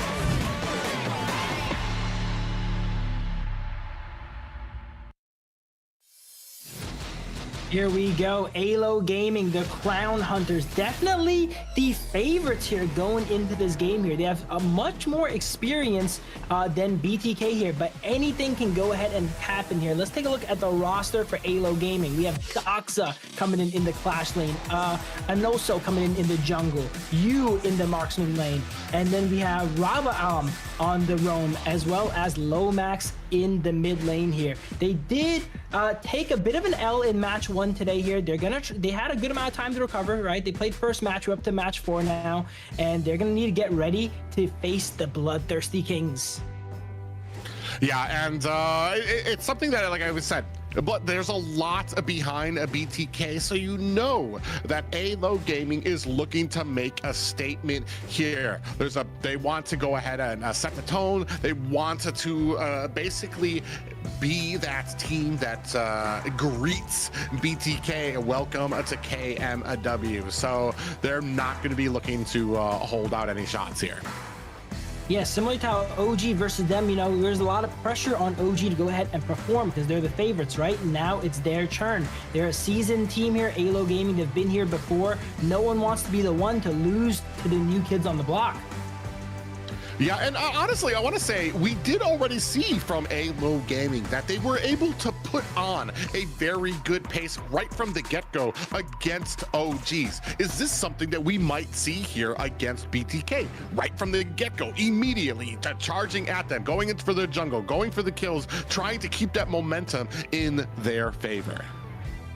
I think this game is going to be pretty similar dynamic-wise to the last match here, where LM was kind of, you know, the more ladder-focused kind of team versus OG, a more traditional professional team here. I think we're going to see shades of that in this game here too, with the same dynamics, where BTK is not going to be playing as traditional as ALO Gaming is going to have and be used to. And will this play in their advantage this time compared to LM? We're going to have to find out. Yeah, and that's going to be the big thing here. Does BTK, are they going to be able to kind of get that early game offense? The biggest mistake I want to say, and this is what I was talking about with the last series, is to be passive, is to wait for your opponent to give you those opportunities here. I don't imagine BTK, from what I know of them, from what I've seen throughout the history of their gameplay, I don't see them sitting back and allowing something to happen when it comes to a lot of these drafts, or when it comes to the actual gameplay. But we're going to see how well they can kind of stack up. Like I said, this is their first big soiree into that big live stage. Not the first time they've been on a live stage, but the first time they've been here on this one. Absolutely. And just like LM, BTK being a newer team, they're going to have similar kind of weaknesses, right? They're not going to have that hero pool that we know these more seasoned teams go ahead and have here. But this is the best kind of format for them then. This is a best of 3. So we're not going to dig really deep into the hero pools here. We see the Yuan getting banned out as well as the Dharma. Very interesting to see the Yuan getting banned out so often. I don't think we saw it played today, but it did catch a few bans here. So that's a flex ban that a lot of teams going ahead and doing here, and they don't want to give Hoon that flexible option there on mid as well. Oh yeah, and especially with what we've seen, which is very interesting too, especially because with all the My Share Nows that we've seen out there. You did say though that the Huan is one of those picks, and there it is. That the setup for that My pickup is the Yuan ban out there, because it is a big I want to say a counter for it. However, one thing though that I always like to look for is what you get from the side, because I want to say Hoon, that's one of his favorite picks. So surely he understands what can come into it, what he can use to try to counter that, and see if he can be successful with it. Absolutely. I think a little bit of BTK thought there, maybe, you know, they'll go ahead and they'll leave the Mai up for Hoon there. ALO Gaming going ahead and instantly snapping away the Mai, not letting that happen there, as BTK locks in the Byron Pay combination here. This was OG's bread and butter last KMW. Is BTK able to pilot it pretty similar? Let's go ahead and find out. It's just an absurd amount. With these first 3 picks, there's just a crazy amount of CC on the side of ALO Gaming right now. That it's something that I feel like is gonna absolutely need to be addressed by BTK, especially with a squishy pick like a Pay on their team. That once he gets caught, I mean, you're gonna have a rough time trying to get him out of harm's way. Oh, I love the Yijing pick here if BTK does opt to lock that in. We've seen earlier Twisted Minds versus Boars Gaming. ALO has a pretty similar composition to Boars Gaming, a lot of melee characters. Yijing being able to lock all those characters up and kind of, you know, set them up for their team is going to be an amazing pick from inside Hoon here. I have to imagine ALO is picking all these picks in preparation to something like potentially the Marco Polo coming out from Zane, right? They know that's one of his favorite picks here. And when you pick all these melee bruisers, it makes it really hard for that pick to go ahead and flourish. Yeah, I was gonna say the Marco Polo pick here seems a little greedy. Oh, wow. It doesn't matter. They don't even give him care. the They're chance. like, not even the opportunity. They're like, we're not even gonna say it. Even with these 3 pickups here, they still ban it. And that honestly, that kind of speaks to the threat that Zane kind of has on that he possesses on this Marco Polo. That they're like, you know what? We've got an entire composition that can counter Marco Polo, but you know what? We're gonna ban it anyway and take that off the board. He's gonna go ahead, elect to pick up the Chano though. I think BTK's draft is really, really solid. I love their draft here. Chano having some great matchups against the Mai and the Guan Yu, being able to disrupt the Guan Yu and throw off his sprint gauge there, his energy gauge, and then being able to get those soaring shots on Mai and disrupting her mid combo too. This draft so far by BTK, I would say, is really excellent. Oh yeah, and we're gonna see just how well. I'm very eager. Shark has been one of those players. I know Zane gets a lot of the biggest, a lot of the name stance. Everybody knows who Zane is, but Shark, I want to say, has been involved in a lot. He has always been such a competitive, top tier player in North America, and especially in that roam position. And I'm very eager to see where he goes here. On the side of Alo Gaming, we get the Consort U Musashi, who is I don't think we've seen him today at all. He was one of the mainstays I've seen in professional play, but I haven't seen him too much this season. Yeah, Musashi definitely fell off a little bit, but is definitely very playable as well. He's often used as a counter pick to something like Ogren and healing heroes, but it looks like in this game they're just picking him as a pretty decent blind jungler here for the side of Alo Gaming. The Consort you picked though, I would have to say, is amazing against the Pei and the Byron. She's going to be able to side lane there against the Chano, against the Pei, against the Byron relatively safely there, and ensures that Alo Gaming are not going to get beat in the split push there if they only invest one hero, like the Pei, like the Channel, or even the Byron. I'm actually a little worried at Alo Gaming. 4 of their 5 members possess an absurd amount of CC. If a person gets caught by 1 bit of CC on the side of BTK, that is just a coma city for them. If the rest of the team is going to be able to kind of come in and join in on that, so they're going to have to be very careful about some of these plays. I think BTK could have taken a page out of Twisted Mind's book there, right? And pick up something like the Schwanza there to go ahead and counter out the dive on the side of Alo Gaming. They have all this AoE in the Liang Po, in the Guan Yu, in the Mai. Something like the Schwanza there will kind of like checkmate that composition there, being able to drop that multi-cleanse on everyone there. I didn't quite catch what Shark picked up there. We're about to see here in a minute, but as you mentioned, Shark there is very pivotal for the side of BTK, so it is going to be very exciting to see how he plays that roam position in his first debut professional game here on BTK.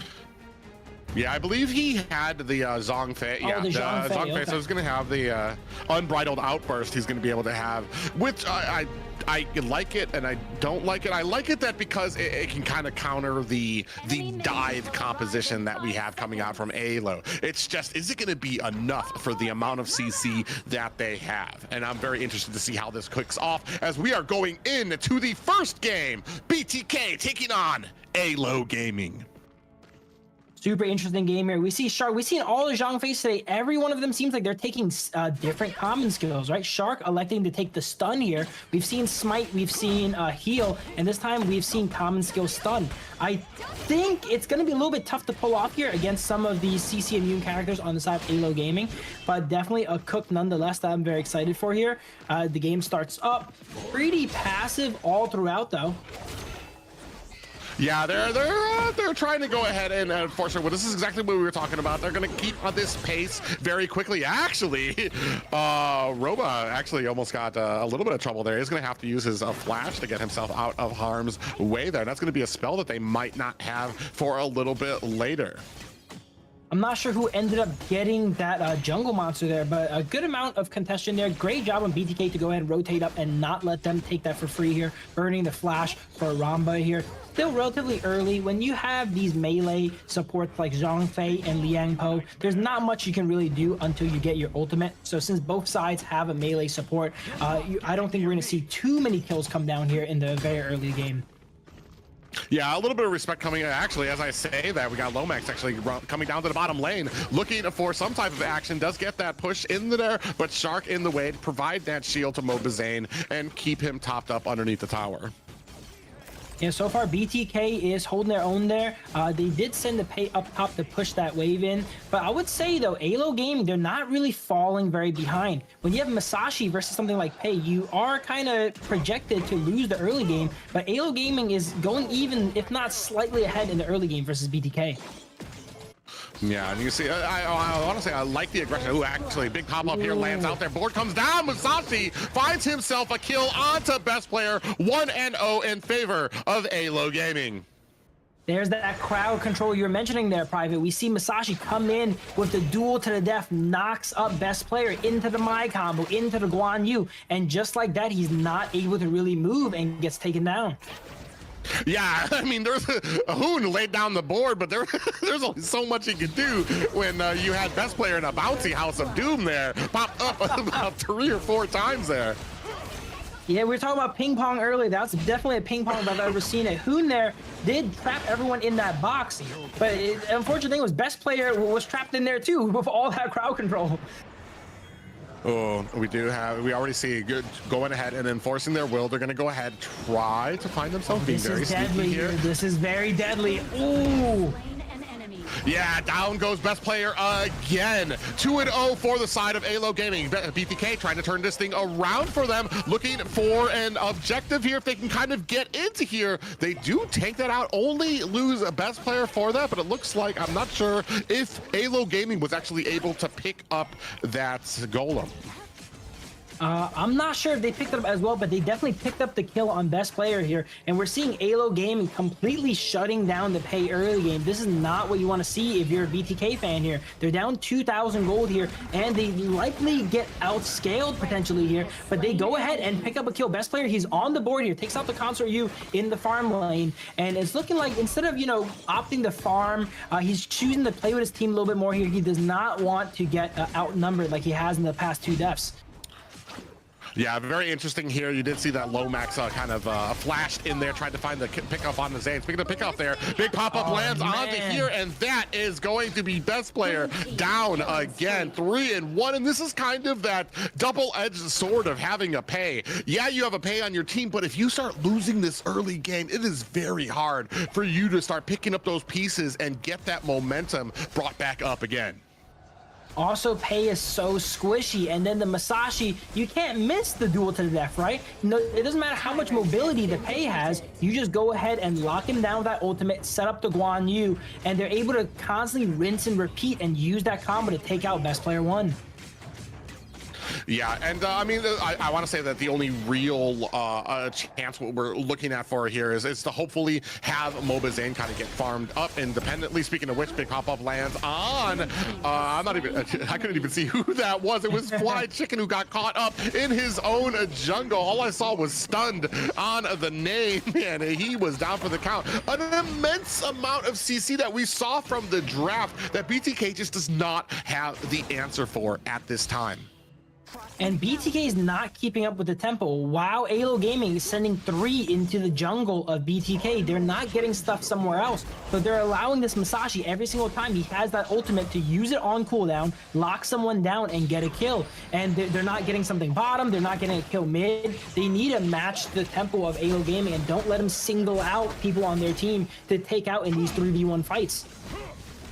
Yeah, and I was going to say, oh, we do see that ultimate coming out from you, and does catch Mobazane with a little far shot there as well. Shark's going to have to go ahead, find himself a quick ride home. But I was going to say, like, maybe, and a Shark got caught out in the bush, taken down as another kill for Alo Gaming. 5-1. BTK is feeling the pressure here. Another pop-up there onto Mobazane. Might be on the wrong side of Doxa there. especially on a Guan Yu with all the pushing there. Musashi finds himself another kill off screen up at the top lane, and that is going to be a tier 1 tower in the Clash lane going over to Alo Gaming.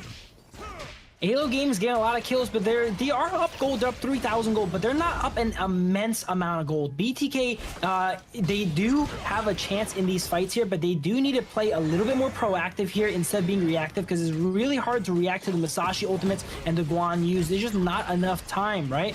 And we see Doxa moving throughout the map, applying a lot of pressure, whereas Fried Chicken's kind of stuck in that Clash lane.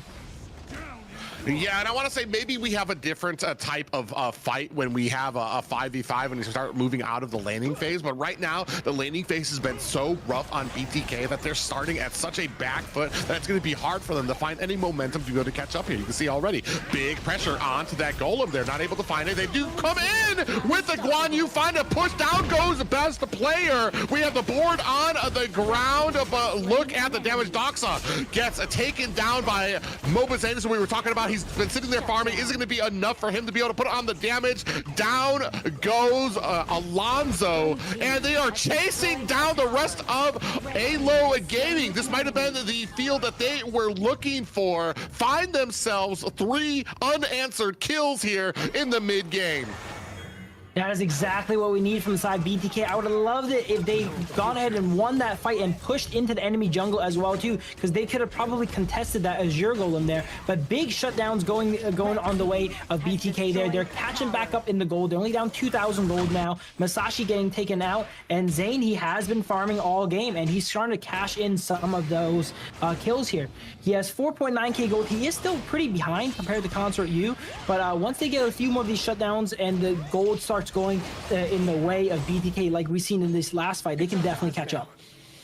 Yeah, and this is something I've seen before from them too, is when they can sometimes allow a decent amount when it comes to the laning phase. I wouldn't be comfortable with that, but then they understand some of the power spikes. They're kind of like, all right, it's all right, it's all right, we'll take this, we'll take that. Wow. And then once they start getting those items there, they're going to be able to try to come back here. Now looking for another fight is Alo Gaming in a good position here, trying to chase down, looking for another tower. Going to go ahead and latch on to best player. Fly Chicken comes in from the side, and we see Shark there going to go ahead and latch onto Boma. 3-on-1 there. Board is out. Unfortunately, Hoon unable to catch anybody from Alo Gaming.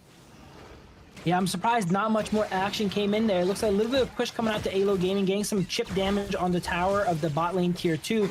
We see Fried Chicken in a little bit of trouble here as they have 3 people on him. He gets dropped really low, but he does survive, but that tier 2 definitely goes down. Zane, we didn't quite see what happened, but Guan Yu pushed him into the grinder there that is Alo Gaming, and he gets taken out. Yeah, he was looking for a good position to try to support his teammate from the side there, and unfortunately Doxa was right there to find the push and took Zane out. Or I want to say we're starting to realize here as we move on later and later into this game, a lot of those options for BTK are starting to fall behind. Mobazane just not farmed enough to be that threat that he needs to be just yet. We've seen some sparks of hope. Some of the team fighting has gone in the favor of BTK, but unfortunately when it comes to getting caught out, when it comes to some of these laning pops, BTK is having trouble. That there's so much CC on the side of Alo.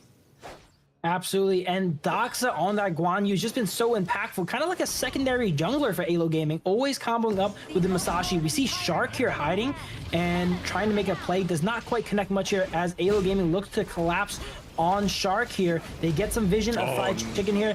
It looks like we got a fight breaking out here. All 5 members of BTK are here. This could be the fight if they set it up right, though. Best player getting dropped really low. Yeah, and unfortunately we use that unbridled outburst and defensively he gets Shark gets taken down there. Hoon is the next one on the board. That is 3 down for the side of BTK. Mobazane was already taken down earlier in that fight, and that is because Shark got caught, tried to use that unbridled outburst defensively, and unfortunately put BTK in a position where they had to turn around and fight, or just basically allow those members to be killed. Absolutely there. It looked like a good chance for BTK to force a 5v5 there, but Mai and Guan Yu on the side just ambushed them, and it hit a little bit too hard as they instantly took out a few members of BTK here. Now the gold lead is starting to get to that point where it is really, really hard to come back from. They're down 7,000 gold here. They're trying to death ball here, but Guan Yu's pushing 3 people. He does go down for that though, as BTK seeing some life here, but no, once again, they trade it right back over. Yeah, unfortunately, Shark, I mean, you're at a point where Shark should be tanky, but I mean, with how well Halo Gaming is doing, there's too much damage, there's too much CC. Shark can't even do his job. He wants to be able to check these bushes, he wants to be able to clear for his teammate, but if he checks the wrong bush, I mean, you've got the whole of Halo Gaming coming in at you. Fly Chicken is finding out here right now. Blue team has Absolutely, Shark didn't quite have Unbridled Outburst ready there. His Fury was not charged up yet, so he was kind of caught with his pants down a little bit there. I would have said after taking the kill on Guan Yu, maybe back up until, you know, they're ready to go ahead and go back in, but I can see why BTK is trying to play aggressive. They're a bit behind right now. They're a bit desperate. They need to make some plays here to come back in this game.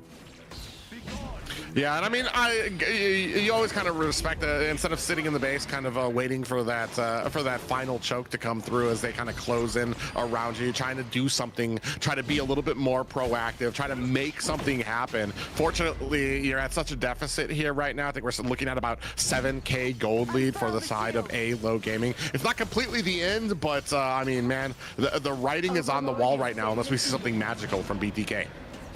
Yeah, we definitely need to see a great team fight coming out from BTK here, because these overlords here are going to start pushing into base, and they're going to get to that point where they're not going to be able to leave base here. And also their scaling is not the best. Pay is going to fall off around about now. Byron's starting to fall off. They need to make something happen right now. Blue team. Yeah, and as you can see there, big pop-up lands. They do take down one high ground tower at the top now, surgically moving on to the next one. Find the best player again. We have a board down onto the ground, but it is trapped all the players under one. You see that Mobazane gets taken out there, and believe that Fly Chicken is the next on there. Shark follows suit. It is just Hoon cold out there alone to protect his base, and I believe this is going to be game 1 going to Halo Gaming. Brutal ending there. Consoryu going straight into the base there, using protective winds to immune Pay's whole combo. This game, best player won. Didn't really have much room to move there. He was playing against 2 junglers, it felt like, the Guan Yu and the Musashi, and then his targets in the marksman were something like the Consoryu, which Pay doesn't do anything against here. So really, really tough game for BTK to go ahead and come back from there. Yeah, I felt like we stacked the deck against ourselves with that draft if we were BTK. I mean, hats off to Halo Gaming. They just had a winning draft. You saw it right from the beginning, the first 3 picks, just an immense amount of CC out there. And especially some amount of CC to pick a hero like Pay into, where, I mean, the moment somebody catches you, he's not even the tankiest hero in the first place. One person catches him and it's pretty much game over, and we saw that. Best player was fighting an uphill battle right from the beginning, and unfortunately, I felt like that was kind of reflected in the entire game. Yeah, I think Doxo is definitely a very pivotal player and crucial to Halo's victory there. As I mentioned before, he was the secondary jungler. He was everywhere around the map. He would just shove the wave against Fried Chicken, force him to stay in Clash, while him and Musashi went around and kept killing best player on cooldown there. So they need to go ahead and figure out some way to match that Clash lane here, either give Chicken a little bit of priority so he can move around the map and such. But if it plays out the same way, it's not going to be good. They were just stuck 4v5 throughout most of the game here, while Chicken was playing, you know, defense in the Clash lane. The only saving grace I kind of have when it comes to this game is possibly the fact that we went ahead and we burned out a whole lot of CC in that first draft. I mean, you've still got, I believe we still got Liang left out there for them. But I mean, there's a lot that CC that they won't have as a possibility for the second draft. Here, we're gonna need to see some changes from BTK. I mean, this is a team we're talking about. It's been a few months that they've been here. They're still learning, still trying to gather, still trying to learn the ins and outs of all the heroes and what they need to be doing throughout here. There were some of those glimmers of hopes we saw. We talked about it. Zane was able to get farmed up, get a few kills under his belt. Unfortunately, by the time he was able to get those power spikes, it was just too far gone. Alo Gaming just already had such a commanding lead. They were able to get those kills, but they just weren't able to take advantage of it to kind of start going back through their jungle. Best player. I feel for him because, I mean, a lot of people, as the jungler, there's a lot of pressure on you, but what was he supposed to do with that much CC on the enemy team? Absolutely there. And I think another pivotal thing is that the Guan Yu is now removed. There's not many Clash laners that play in the style of Guan Yu, right? Able to roam throughout the map and apply like so much like guerrilla tactics pressure. You know, he's randomly showing up mid, randomly showing up bottom. So going into game 2 here, we should expect a little bit more of a traditional Clash lane for both sides here, which could play in BTK's flavor there. Because as we see Fried Chicken, he kind of want to play more of the traditional 1v1 in the Clash lane, but he never really got that opportunity, right? Guan Yu is just going all throughout the map with the Masashi and applying pressure everywhere else. But now that that pick has gone ahead and been removed, there's not too many other picks that can apply that same level of pressure. If I was BTK, I would think about removing the other picks that could do something like that. Maybe remove another high mobility Clash laner in something like the Charlotte, so they're able to force that 1v1 in the Clash lane that Fried Chicken is used to. Yeah, either way, hats off to Alo Gaming. A great draft from them. I could tell right from the beginning. They were able to isolate down the Yuan with a ban. They'd pick up the Mei. And I want to say just had mixed in here with the Guan Yu, mixed in with the Lian Po. Just a great composition for them and to the detriment of BTK.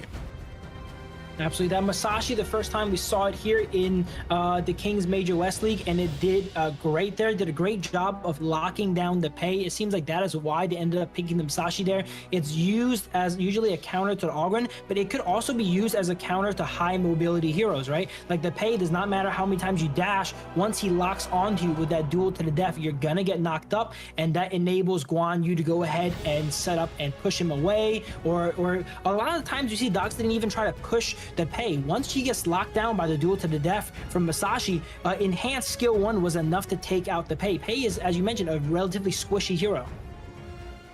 Yeah, and that's the thing too, is there were just so many answers. Even if it wasn't the duel to the death, you had the Tremor coming from Lian Po. You had the Cavalry coming from the again from the Clash laner as well. It's just yeah, there was just so much CC there that once you got caught, it was pretty much game over here. And you can see right there. I mean, all Alo Gaming from start to finish there. And I don't know what that early bit was there before we even started fighting, probably before we got our ultimates out. But yeah, very dominating game by Alo. And kind of doing much with that time, right? They weren't diving bottom, they weren't making plays. Sure, it's relatively difficult to coordinate a dive against someone like Consort Yu, but you cannot allow the Masashi, the Guan Yu, to just get kills and not get anything from it, right? Not push a tower in another lane, not apply pressure in another lane, letting Alo Gaming dictate the game against them, especially with someone like the Pei. That is definitely going to be really tough. Yeah, and the more and more I think about it, I mean, especially when it comes to, I think I've been speaking about this Pei against CC till I'm blue in the face. It's just one of those things that even I've been able to pick up there. As we take a look at the MVP Doxa on the Guan Yu, you were talking about, he was just everywhere with a great ability to catch a BTK. Did a great job, 2, 3, and 10 here. The damage is really interesting. Like we said, he's not really known to be the big damage. You want to get a lot of those tanky items on him, but he's what sets the tone. He's what sets up your team, and a great initiator from them. We're going to be seeing here, oh man, this is the first thing, just how easily they were able to kind of hunt down a best player, find the kill there. Here, Mobazane was able to actually get away, and it looks like BTK was able to turn around, able to find a kill onto you, but never anything more substantial than 1 and 2. Chicken here finding an issue in his own jungle. I think this was the problem. They were all over the BTK jungle. Absolutely. And this composition on the side of Alo Gaming, I would consider a relatively low damage composition. Masashi, Guan Yu Clash, these are not, Liang Po, Rome as well too. These are not high damage heroes, but if you're able to get ahead, which they were, they had that gold lead, they had that item advantage, and it made it like kind of sync up perfectly where they have just enough damage to take out their targets before they can really react. Yeah, and I mean, here, Hoon just getting run down and hunted, and here was possibly, I believe this was one of the last fights here, as they surgically moved from each tower, able to kind of find their wits here, and then the final nail in the chalkboard. Hoon tries to place down those boards, and that was the problem here too. He placed on the boards, he was able to catch the team, but it's like, now their team is trapped in there with your team. So what is the plan once that happens? They were not trapped in there with you. You were trapped in there with them a lot of the times there. They were just so ahead, and they have these meatballs. They have Liang Po, Guan Yu, Masashi. These are characters that do not go down easy. You trap them, and they're like, okay, so what? We'll just fight you in the board, and that's what they did every single time. They fought him in the board there, and then on the side, BTK with characters like the Pei. He does not want to be locked in a cage with a Masashi, a Guan Yu, a Liang Po. But that's what we kept seeing happen there. But all right, that is match 1 here. We're going to have a little bit of a break before match 2 here as both teams get ready for the potential final game here if BTK does not lock in.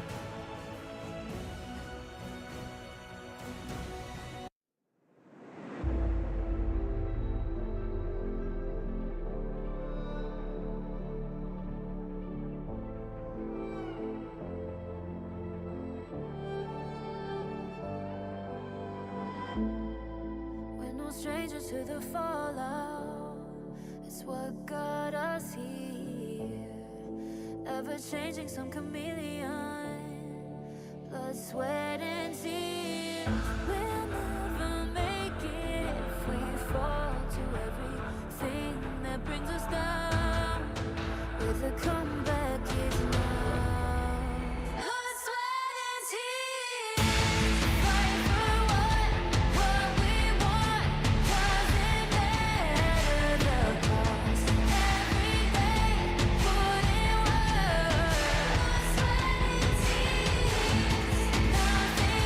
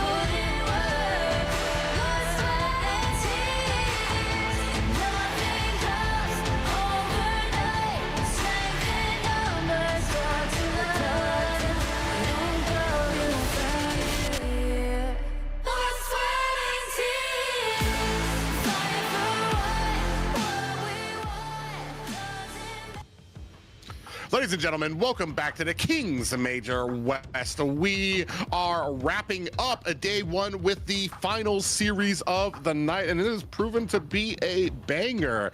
ALO has taken it to BTK and are up by 1 point, and many fans wondering what can BTK do to bring this back around. Absolutely. ALO Gaming with a very dominant performance there in game one. We saw the graphs. It was all blue. They were almost never behind throughout that game there. And I think a big point we can go ahead and touch on here was what happened in that clash lane. BTK drafted around the Pei, around the Byron, which is supposed to win early game and get that priority. But they were not able to get that priority in the clash lane, which made it so that Fried Chicken was kind of stuck up there, right? Where Doxa was roaming all throughout the map with Masashi. Going forward, now that combo is a little bit off the table here. They don't have to deal with, one of the more mobile clash laners here with Guan Yu off the table. If BTK can force a bit more of a traditional game, which I think is what they're used to there, I think they're going to see a lot more success in this match too there. Yeah, a little thing that you mentioned off screen too is those little nuances too, like before 4 minutes pushing into a tower when they have that shielding that you're not going to be able to kind of break down. Maybe there is a better use of your time, and it's those little things that kind of come up from players who've been playing this for a while. Like we said, BTK, they're not exactly veterans of this game, so there's the things that they still need to pick up. Maybe though it's a little something to kind of go back to the drawing board, understand, and readjust as we move further. Here, there's a little sigh of relief because you're not going to be able to have that much CC on your team again because most of that's going to be taken off the board with this global ban, but still some things that need to be fixed on the BTK side if they want to be successful. Absolutely. ALO Gaming being a little bit more of the experienced team, they drafted a composition that, was a bit more rotation heavy, right? That probably plays to the weakness of BTK. They don't have as much experience in this game, so they might not know all the rotations and such here. So really smart composition from the side of ALO Gaming. And I would like to see if BTK can go ahead and adapt to that and try to pick a composition that forces kind of what they're better at, right? The bread and butter, the team fights. If they can draft a composition like that and remove some of the more roamy style rotation based picks that ALO Gaming could pick up, something like that Guan Yu, but thankfully they don't have to deal with the Guan Yu anymore. It has been a night full of clean sweeps here, but it is on BTK whether we see our first series go the distance. We'll find out here because it is game point for ALO Gaming. BTK are going to need to pull out some stops, get some of those priority picks that they like. This is something I've been talking about before, is that there are some great picks that I do like that BTK is comfortable on, that they can do very well on. But likewise, I don't know if that same skill level extends, how deep it extends into the hero pool, as there's only so much you can do in a few months in this game. We'll see what if they have any surprises for us here. Absolutely. I like the draft from BTK last game a lot. Sure, they were against a lot of crowd control, right? But that was a very textbook draft. But the thing is about that draft, though, I would say the execution on that draft is relatively difficult. You got to go ahead and master the early game with the Pei and the Byron and ensure you have priority there, right? And you're applying the appropriate amounts of pressure here. Maybe game two here now, pick something that is a little bit more, tried and true to their players. They're a little bit more used to, where the execution is a little bit simpler, something like we've seen earlier, the Liang, the Princess Frost, right? These kind of synergistic combos that are a bit easier to pull off as well. Yeah, there's some picks that we were kind of questioning too as well. What the priority would be for BTK. How is Zane's Arlie? Well, I guess it doesn't matter anymore because it's taken off the board. And is that something that they would be seeing as banning? Dharma taken off the board here as well. And I like that you bring up too, some compositions, while they can be successful, there is those little nuances that come into the execution of it that make them successful, that maybe BTK is not really on board with just yet. Maybe the answer is to kind of simplify down the compositions a little bit. Like you said, the Liang, a very easy hero to play, very easy to kind of get that lockout on people and for the team to engage. Absolutely, and it's not easy in the sense that these players, cannot mechanically play him. It's just that their game plan is a lot more streamlined, right? The Liang's win condition is relatively clear. You just go ahead and group up with him, he grabs someone, and then you guys all attack the grab target. But when we pick compositions like the Pei, the Byron, we're forced into situations where we have to go ahead and invade early game and win this and win that. And because of that, it might kind of, attack a little bit of their inexperience there, having to have to know all these invades and these timers to go ahead and group up and do. Oh man, picking up one of my favorite heroes is Alo, that Nua pickup. Not the greatest when it comes to that early game, but when you come to that mid and late game, the amount of damage that she's able to dish out is immense. So kind of looking, I want to say the Alo's kind of looking for something that the later it gets, the more stronger they're going to be. BTK looking like they're going for something a little bit more comfortable. Best player, I want to say Menki, probably one of his brand players. He does like that pickup. Hoon, especially on the Huan as well. So I want to say a little bit more comfort here for BTK. Absolutely, and then maybe Alo knows something we don't about the Huan here as they go ahead and pick it up. They did ban it out last game. They're not able to ban it out this game, so Hoon goes and locks it in. That could be in the roam position, that could be in the mid position. But Alo, once again, showing their knowledge of the game, I like to say, right? They picked a Nua, and while Nua has kind of fallen off a little bit, it's still a great carry mage in the mid lane there. And Nua, not many people think about too much, has a great matchup against Long. A lot of times you see Long get away with like 1 HP, right? Can't really happen in the face of Nua, as it's telegraphed where you're gonna land, and Nua is just gonna put an annihilation right on that location and take you out. Yeah, and so that'll be very interesting to see how well these kind of it's just they pick up the Pei here. It's almost like they're like, we'll show you how this pick works here in the early game, just as they're going to be able to kind of roam around the jungle too. The one thing too, especially a Pei against a Menki, especially if we're going with a normal tank Menki, that's a pretty slow. He's got a pretty slow journey around the jungle, especially taking on something like a Pei, who pretty much works his way with a blinding speed. I'm surprised the Mankey and Yuan got kind of picked up first rotation there. We were mentioning that something like maybe the Liang can get locked in. We know Hoon plays a little bit of Gan and Mo as well too. Maybe they can lock in something like the Gan and Mo and the Liang, and that follows that kind of streamlined game plan we were talking about here. Whereas now BTK's composition is a little bit all over the place. I think individually all the heroes are okay, but they don't have that much synergy together. We see the Fatih getting picked up here for the first time, and then the Xiao being locked in for Hoon in the mid lane. Yeah, the synergy might not be there. I'm just trying to read it out. I feel like we went with comfort, something that we like to play. Absolutely. But does it meld well together as the team? We went for comfort, and maybe, I mean, I've seen this before too, and this is something that I didn't bring up before, but BTK is kind of, they have the ability to get so good on certain heroes that it's something that can be unexpected. But at this level right now, I guess we're about to find out if it's something that they can kind of enforce into Alo Gaming. Absolutely. Here we have Fatih versus the Futsu rounding out the side of Alo Gaming. I would say the Futsu pick is not the craziest against BTK. Xiao has a great matchup against Futsu as well as Yuan, because they're both able to, turn on that ultimate and then either use Splendor or Yuan using Unending Sorrow to kind of avoid Futsu when they are trapped in by him there. But mainly, I think this Futsu pick is going to be trying to match Fried Chicken side laning here, as he picks a bit more of an aggressive tower pushing hero here. Last game we noticed him on the Byron, had a lot of free time in that clash lane, but Byron's not particularly known for his pushing ability. This time he picks up the Fatih, a bit better at pushing down those towers if they leave him alone. Yeah, and not just that, but it's some security in the late game. When you Fatih in the late is dang near unstoppable, and maybe that's something that they're kind of looking for, especially because they have that security on the side of Alo Gaming in the form of a Nua, who's just gonna scales crazily with the amount of damage that they're going to be able to output.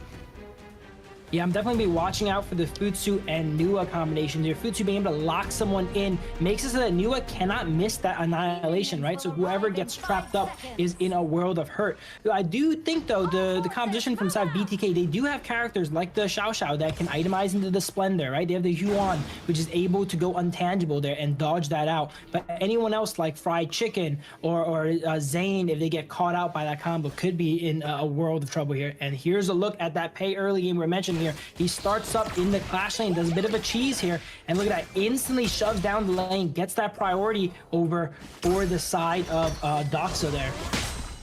Yeah, and so now they're going to be able to go ahead and kind of rotate a little quicker there. Shark takes a heap of damage here. Another thing, too, is having Robo Alma on this multi, you're going to have a decent amount of... Oh, my God, look at the damage already. Nua's not supposed to be that good early game, but, man, you can see the combinations, the combos coming there. That's going to force Shark back to base.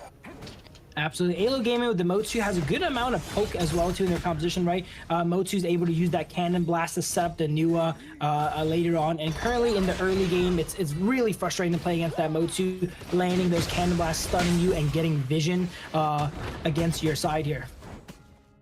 Yeah, and that was the thing I was gonna say, is that, like, the amount of range that they have on the side of Alo Gaming's really going to be something to contend with, especially here in the early game. It's just so annoying. The amount of stun is how far back he can be, landing those cannon blasts on you, stunning you, you're taking damage, and then by that time you're not able to kind of get into these fights that you want. 3 people lined up at a mid around Hoon and pushing his wave.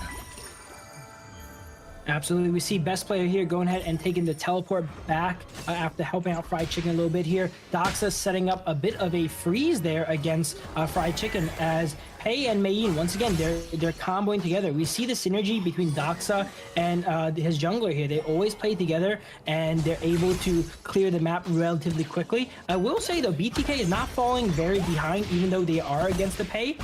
So maybe teams are figuring out how to deal with the Pei early game. Yeah, I do want to say a lot of CC kind of landing there. My big turn is going to be how we handle some of these first objectives when we get there. Still got about a minute and a half before the Tyrants and the Overlord kind of spawn. Ooh, as I say that, Shark actually might have been caught a little bit, trying to take a little bit of a peek there in the bush. They do engage onto him. Cannon Blast lands, and Hoon and Mobazane right there for the support. Flash ultimate coming out from the Futsu, and he does connect on the Shark before he gets that ultimate, but Hoon, as you mentioned there, is ready to use that ultimate himself and go ahead and zone them away from there. So Flash being blown by Futsu there without much to gain from it. Yeah, and hopefully that kind of is something that kind of lights a beacon for BTK, so that they know they have something that is down. Can they turn this to their advantage? And speaking of which, Shark actually pokes himself into a bush, gets caught by Robo Alma in there too. Lomax too as well on the side there for the support, and a little bit of a push here from best player and Hoon in mid. Yeah, while here we go, another ultimate coming out here, and Zane is in trouble as he's trapped between 2 boxes, but that just shows you why Long is so consistent. He got ulted by Motsu and Futsu, and he actually ends up surviving. Oh, we do have the meteor shower come out there from Hoon. Best player dives back into the deep lines, but they spell out those flashes to get away, and no worse for wear is Alo Gaming. Really even early game here, I have to say. Both teams are 0-0, and the gold is neck and neck. This first Tyrant fight is gonna probably set the pace of the game here. Alo trying to take it down here, but best player is right there. This might come down to a slight fight. Dream Roam comes out onto Pei, lands, and Pei is forced to run away here. Tyrant is at half HP as the fight continues. Oh, Alo Gaming is actually forced to back up a bit there. They take a loss there, and that's going to open it up for BTK to catch this first objective. Very careful in the early game, but BTK narrowly edging their way forward with a good kill there to line up that early game.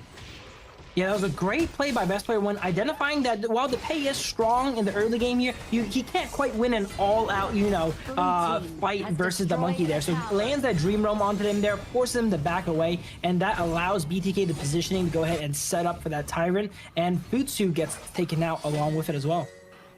Yeah, not just with the Tyrant, though. They use that momentum, go ahead, secure themselves a tower here at the bottom. The momentum starting to shift into BTK's favor here. We're starting to see now that this game's a little bit more traditional, right? Everyone's kind of stuck in their lanes. This is the gameplay that BTK is kind of used to. They were not ready for kind of the rotations and the roams that the last game had. But now that it is a more standardized traditional game, they know what to do. They're playing their lanes right, and they're up 1.5k gold here. Yeah, so they just need to kind of keep it up, keep that momentum with them. We were talking before when it comes to a lot of new teams, they're able to get some of the kills, but they're not able to answer back by getting some of those objectives, being able to invade the enemy jungle here. Best player doing a good job kind of keeping up that front line to kind of offset some of those cannon blasts as well. But in answer, looks like Alo Gaming able to capture a tower up at top. Absolutely, and this game, a lot of that gold is on to Hoon here on the Xiao Xiao. He's up 1,000 gold almost on Nua, as well as Zane. So the carries on the side of BTK are properly farmed up here, and they are gonna be, you know, carrying the side of BTK, and they have a lot of responsibility on their hands. Best player way up in front trying to take all the damage while the rest of his team there pushing in that mid tower. I don't know that we've mentioned it here in this cast, but I want to say how important that mid tower is to kind of opening up the map so that you can kind of really instate your presence onto the enemy team. Here, you doing a great job hacking away at this bottom tower. Doesn't look like Fly Chicken's going to be able to save it here. Oh, we do have that Dream Room coming in there. It's going to pop up you. Is it going to be enough? We do have the Meteor Storm, but it is not going to be enough. You gets taken down in the backside. 3-1 for BTK. In comes Lomax, finds the push on the best player. He doesn't have that Dream Rope to get away. He is down. Looks like Fried Chicken might be in a bad way here. Running for the hills, gets caught by a cannon blast, and the rest of the team finishes him off. Alo says we can party too, guys. Sets up that emergence and takes their own little bit of an ambush there here. Maybe BTK burnt a little bit too many resources on the Futsu there, because once Alo came in, they kind of all were on cooldown and not really able to fight. Speaking of fight, another fight comes out. Meteor Shower goes down here, and Hoon is doing a lot of damage on that Xiao Xiao. Yeah, he's doing great as far as the gold keep up there, being able to get some of those kills. He's got a decent amount of damage. He's becoming a real threat when it comes to this team right now, sitting at 4-2 in favor of BTK. Yeah, looking at that draft, I was not quite, you know, feeling the Xiao Xiao pickup here, but Hoon is able to make it work. He's up 1,000 gold now. And I was looking at the draft, I'm like, hey, they have so much range. You have the Motsu, they have the Nua to go ahead and catch off Xiao Xiao, which is like a relatively low range mage, but he's able to make it work. He's joining these fights. He's DPSing down the Futsu every chance he gets. And he is so far flawless as he's 1-0-3 and perfect kill participation. Yeah, we're moving into the 8-minute mark. 4-2 in favor of BTK. Only about a little under a 2k gold lead. It's not completely out of the woods for BTK yet. There's still a lot of room for Alo Gaming to turn this around. Best player doing his best, keeping his that Menki up in front to tank a lot of the damage, tank a lot of those cannon blasts as well. Absolutely, and while Alo Gaming does have that pay that we mentioned does not scale so well, we see he's going a bit more of a tank build, and the side of Alo Gaming scales deceptively well, right? They have the Futsu, they have the Nua here, so it's not going to be, wow, best player, was that a critical steal there in front of Alo Gaming? Yeah, right in his face. He said, oh, I'm sorry, did you want this? I'm going to go ahead and snatch that away from you. So another objective there picked up for BTK, starting to get in the heads of their opponents. But you can see here, moving through the jungle very smoothly. Shark on the side, able to kind of ward off the two members of Alo Gaming, while the rest of BTK kind of helping to assist with pushing through their lanes. Absolutely. We haven't seen much of Fried Chicken so far this game yet, but he's scaling up now. That Fatih is a menace in the late game. He's just kind of been chipping away on the side lanes, getting some farm, taking some towers now. And similarly, Futsu is also as strong late game, so I would like to see one of those clashes come out here where they 1v1 each other if we get a chance. But that might be coming up here as we see Hoon pick up the Void Staff. He's just so accelerated into his build here, Hoon. He needs to be able to get into these fights and land those combos, and no one on the side of Alo Gaming could really survive them. Yeah, and that's the one thing I'm kind of looking for as we move into the later game. We're talking about Futsi, we're talking about Fatih, who do very well when it comes to the scaling. Nuwa, though, has a lot of damage when it comes in there, but we haven't really seen too much. We have seen them be able to kind of come in command on the battlefield, be able to kind of be that menace anywhere out there. We haven't really seen once we get to that point where she's able to kind of start spamming those annihilations out there to really start setting the tone here. Speaking of which, gonna go in there. We do have a dream roll onto the backside, and another kill goes on to Lomax. And Hoon, or actually, no, that was a best player is gonna be able to find a kill on to you. Now, going ahead, continuing their assault on to the Tyrant.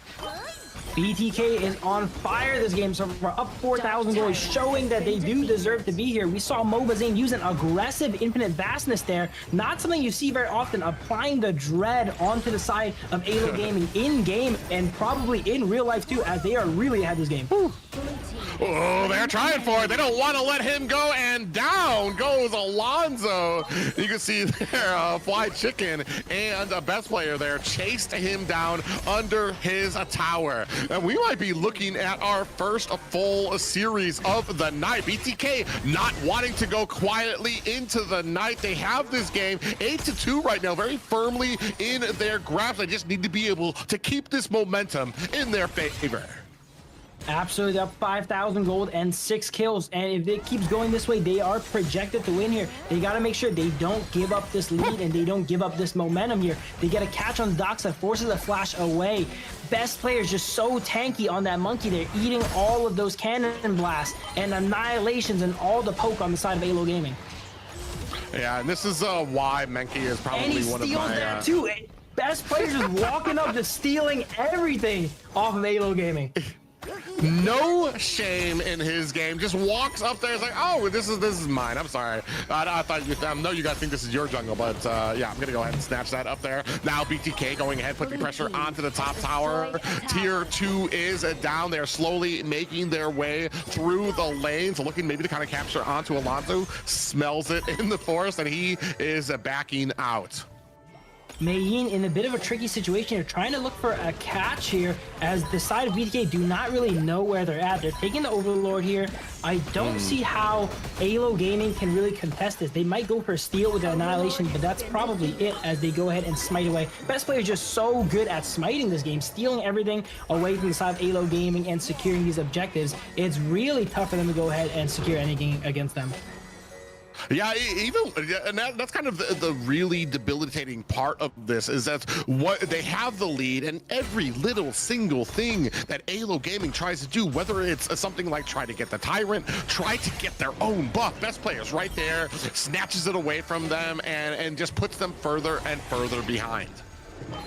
Absolutely. It seems like while BTK was getting constantly more and more exponentially ahead, their pace has kind of slowed down, right? They're keeping it at this 5k gold lead here. This is kind of the breaking part of the game. These next fights are very, very crucial here, because if you lose a team fight here, it could be game. Both sides are playing really safe. You can tell BTK definitely really slowed down their pressure too. They don't want to make a mistake. They don't want to throw from this winning position they have themselves here.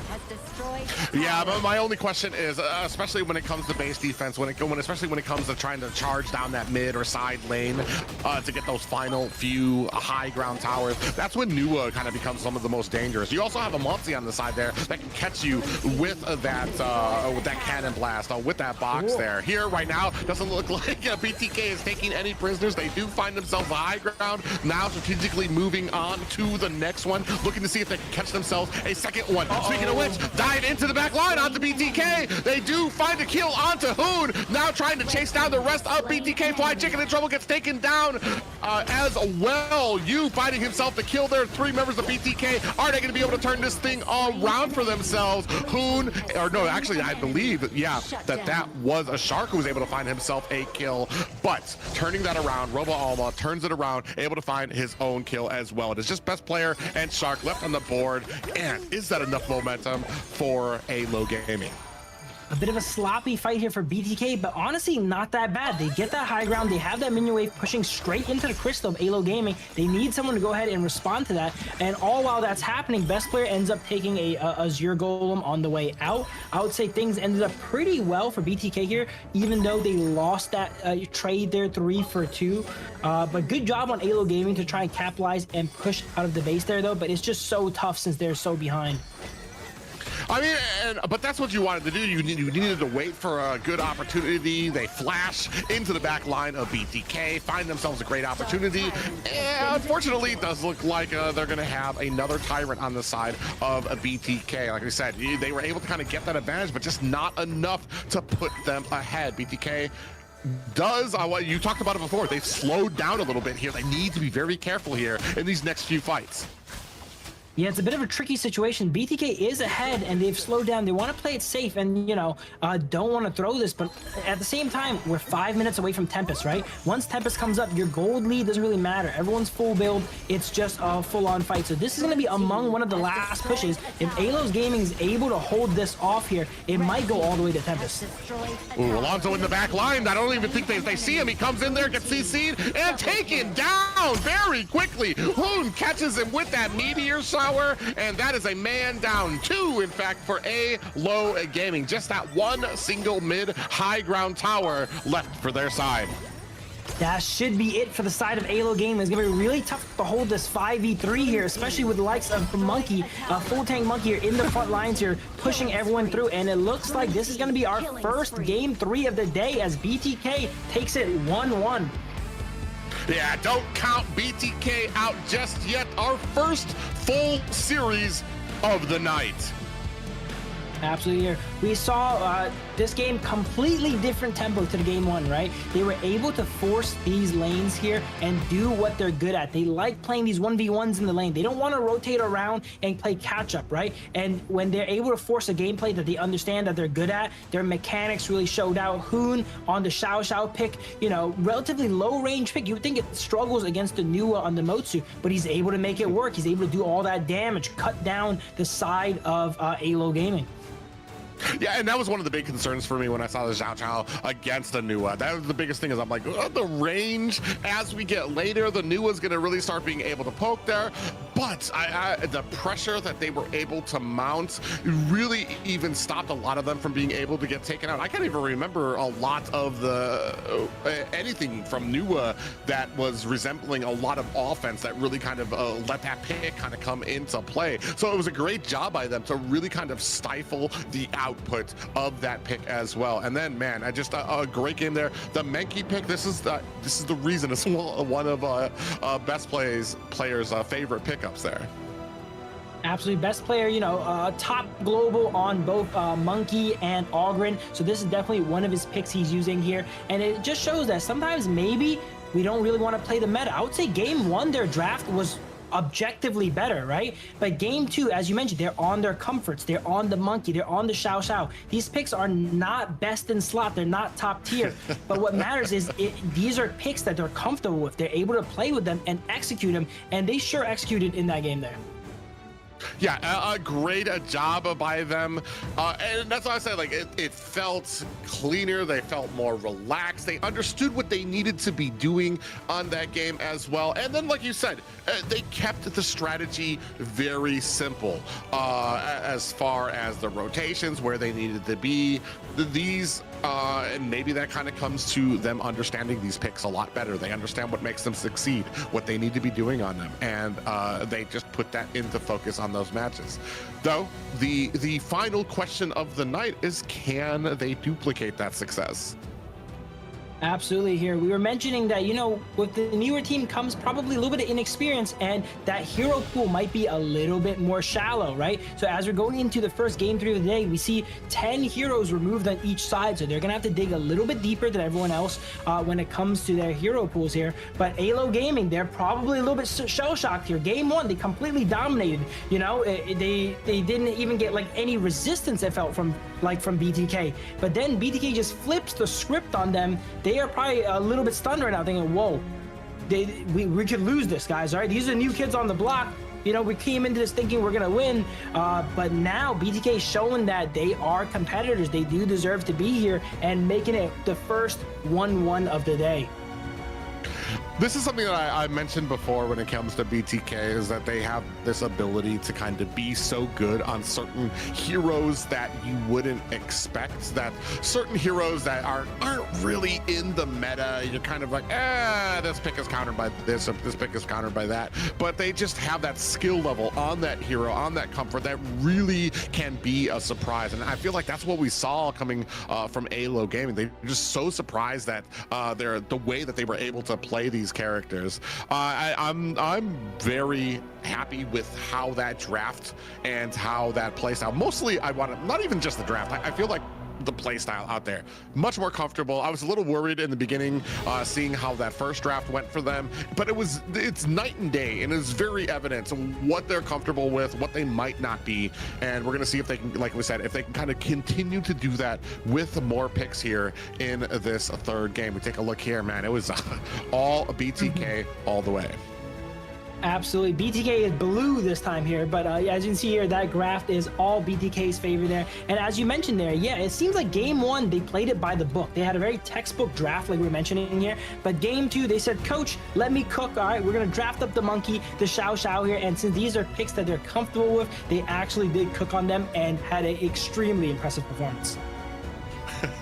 Not something that you see on the paper too, as those things that should be together or that work well together, but it's something that they were able to make work. And it's something that I want to say has been a long-standing complaint sometimes for me when it comes to teams that come into the meta. Ooh, and as we take a look, speaking of which, MVP here, best player on the Menki, 4-1 and a 9, 31% damage taken, 32% damage put out there as well. One of my big complaints sometimes comes from teams who they go and do these boot camps in a certain country, and they become a poor man's version of that country's meta. Here, I feel like BTK can shine if they kind of take things under their own control, develop their own meta, understand the game their own way. Don't just do what you've seen from other people. See what makes you comfortable and what you like, and maybe you can make that more successful than what we've seen thus far. Here, seeing the dominance, Fly Chicken running for his life here from Alo Gaming, not able to get away, but man, the domination coming. Shark doing such a great job with that range on that Huan. Absolutely, and look at Hoon there on the Xiao Xiao, just dishing out so much damage in that game there.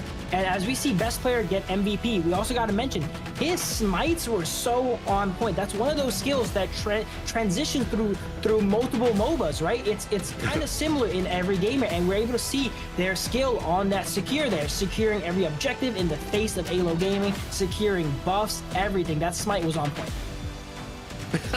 Yeah, and plus the added effect of enraging the enemy team. I'm gonna tell you, there's nothing quite as detrimental to your mindset than having something stolen away from you by a smite.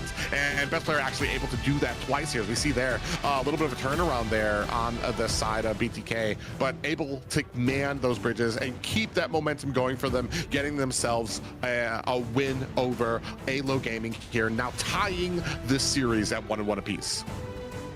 Absolutely here. And as we go into a break here, we got to get ready for match 3. Stay right here, guys. Okay, don't go anywhere. We have the first game 3 of the day.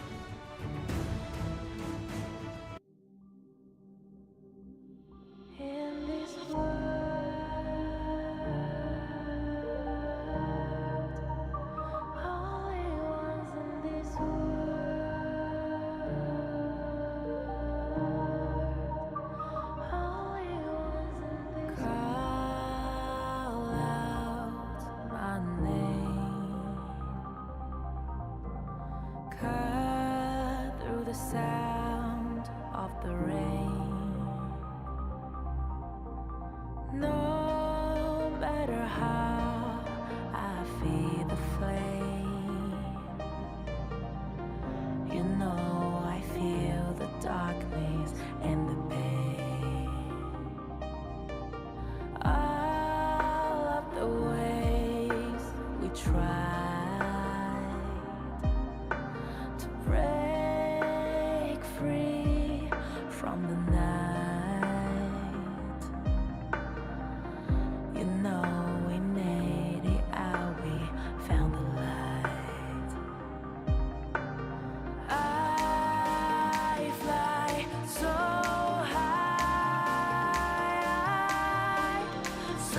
light, light up the skyline. Let's do it this time, like it's a whole new vibrant world.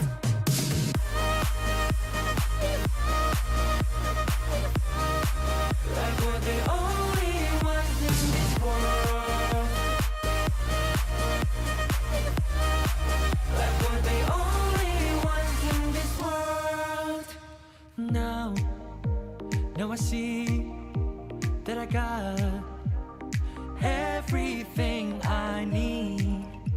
It's alright, I'm on fire, I'm alive, 'cause now I fly so high, so high, light up the skyline. Let's do it this time, like it's a whole new colorful world.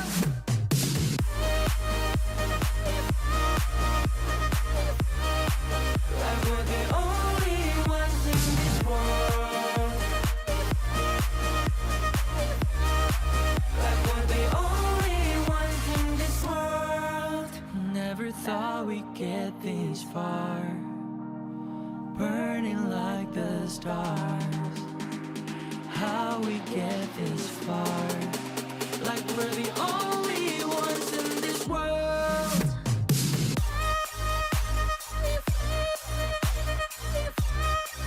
Like we're the only ones in this world. Ladies and gentlemen, welcome back to the Kings Major West Day 1 final series of the night, and both BTK and A-Low Gaming sitting at 1-1 apiece for a nail-biter of a final series. Could we have picked a better game to go game 3? All right, if we could only pick one game to go game 3, it would be this one here. BTK fan favorites here, showing up and showing that they could play, man. It's not just all, you know, for show here, as they take 1-1 against A-Low Gaming, a very seasoned team. This team ended up placing, you know, highly in last year's Major West League as well too. So this is not a random team here. They're able to show that they're able to play, as we see A-Low Gaming going ahead and choosing red side after that loss here. This is game 3, the first game 3 of the day. I'm curious to see what comes out here. Let me see the Marco Polo, Zane. Break out the Marco Polo. One thing we saw from the first game, they had a completely countered draft to Marco Polo and still banned him out. I don't think there's anything worse that they don't want to see more than seeing MOBA Zane on Marco Polo. This is something I brought up before too. Is I think we've all talked about that him coming over to Honor of Kings. Marco Polo has been one of those things that he really has taken a liking to. It really has a great amount of skill on. And while Marco Polo is one of those picks that everybody understands, everybody knows how to counter, there's just something to be said about those people who can do so well on him, can go in, get those stuns, get that ultimate off, just to spray your entire team with damage. But, ladies and gentlemen, going into the final draft of this series. Going in this final game here, I think everyone is...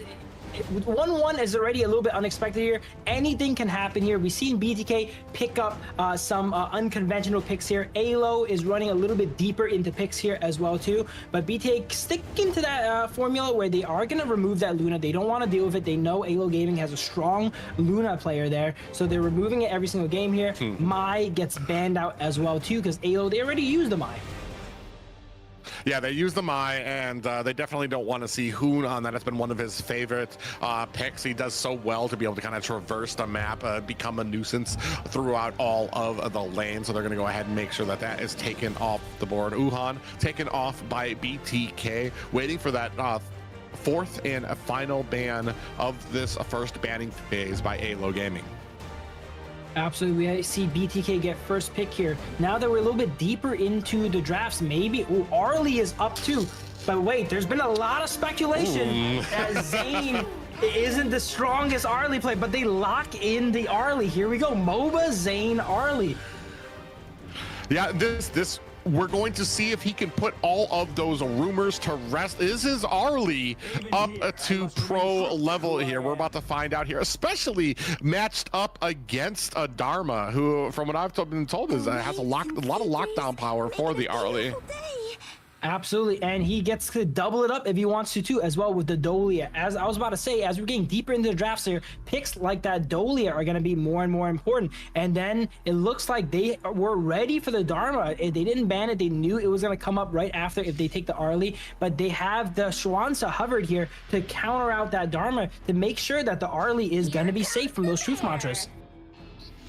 Oh yeah, that's gonna be very interesting. This is the pick that we kind of were hoping to see from BTK in that first draft, when there was just that insurmountable amount of CC coming out from ALO Gaming's draft. Here, I'm definitely wanting to see, or they are definitely wanting to kind of protect this Arlie, get Zane fed up so that he's not getting locked down. Hopefully by that mid and late game, he's gonna be able to kind of take off, carry the team to victory. Here, Ganon Mo picked up for ALO Gaming. Absolutely. And Arlie, why we bring up Arlie here as a kind of a contested pick here is, number one, it is the strongest marksman in the game. That's undisputed. Everyone understands that. But Arlie is also one of the highest skill cap marksmen in the game too. And Zane being a little bit newer to, the game here, someone like Arlie is a bit daunting here. But he goes ahead and locks it in here for the match point where all matters. I'm very excited to see how he does on that Arlie. Yeah, I think a lot of us actually are. We've heard because, like you said, it's one of those high skill cap heroes. Zane isn't exactly. He's not lacking when it comes to his skill level, his technical ability on heroes. It's just, has he had enough time to really kind of break out that hero to those types of limits here? Going on to the second banning phase here, we do see that Chano and Lung taken off the board by BTK.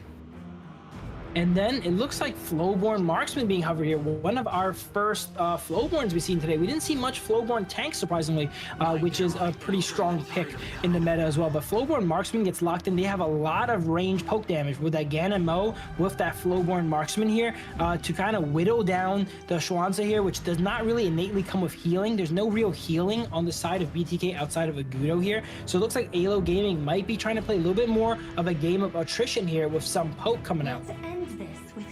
Yeah, and that's gonna be, they're gonna go ahead and pick the Nuwa instead. This is something I'm pretty excited about. Nuwa's kind of one of my favorite mid lanes, despite how, I want to say, tragic her early game is. And honestly, I think with the last nerf, it turned even more tragic because she has even more of a slower start. But as we saw, even from the last game, you can hold her down. You can really kind of be super oppressive to the Nuwa, where she's not going to be able to take off to that mid and late game. And we're going to see if ALO Gaming is going to be able to have that same success that BTK was able in their last series.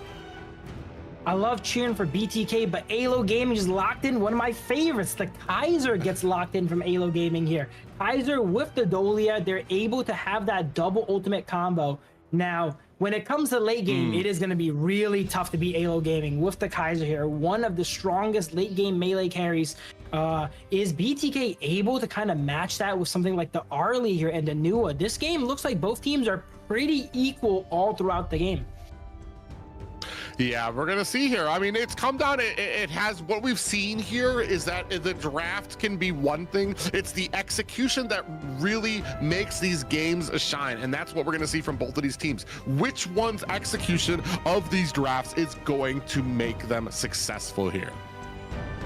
Absolutely. I think both sides have merit to their draft as well too, and I am no longer going to doubt BTK's draft after seeing the clinic they put on last game here though. So we're going to just have to see how they go ahead and play into the game there. I will have to say though, their early game, they could probably, get away with some more stuff, right? Kaiser's one of the slower clearing junglers, right? He's not going to be as reactive as something like the Pei, which they just dealt with here. He's going to be a little bit more sluggish, but if ALO Gaming is able to slow down and neutralize that game there, Kaiser late game with Adolia is an absolute demon. I'm very interested too, especially with this Nuwa taking on a Ganon Mo. The Ganon Mo, I really do kind of favor that in the mid lane. He just feels more oppressive, has a better clear as well. So he's going to be able to kind of get some of those rotations in the early game on from Hoon. Here, we're going to take one last look at this lineup before we get into game. All forces, move out! Absolutely. Here we go. This is going to be match point. Winner takes the match here. We see Lomax with the Gano. That's one of the newer skins there too, one of the detective skins here. And in the early mid game, Dolia is probably going to be resetting someone like the Ganimo, so we're going to see a lot of blades come out. This is going to be a really good test for Zane's Arlie here, because there's so much threat on the side of Alo Gaming that he needs to survive. Yeah, and that's the interesting thing is there's a lot of heroes on the side of Alo Gaming that really pair well with that Dolia as well. So to get those resets here, you can see 3 players already from Alo Gaming going to go ahead, clear out that jungle at the top lane. I would say basically everyone except for maybe Flowborn Marksman really loves it when their ultimate gets reset here. So that makes it so that Alo Gaming's game plan is any fight that Dolia is in, it's going to be really hard to just beat him straight up if you're fighting against 2 Truth Mantras or 2 Kaiser ultimates or like the 1,000 blades again, and Mo's going to end up throwing at you. Yeah, that's going to be the really interesting part here. Both teams doing a decent amount of respecting each other's power here. No real engagements just yet. We do see that teleport coming down to the farm lane. Absolutely, and I do like the adaptation from Alo Gaming, picking a little bit more of a greedy pick. Kaiser is historically a very greedy jungler there, you know, not very strong early game, very focused on scaling, but they identify there's not much BTK can do early game. They have the Swan Sub, they have the Arlie, right? They can't really do much in the early game.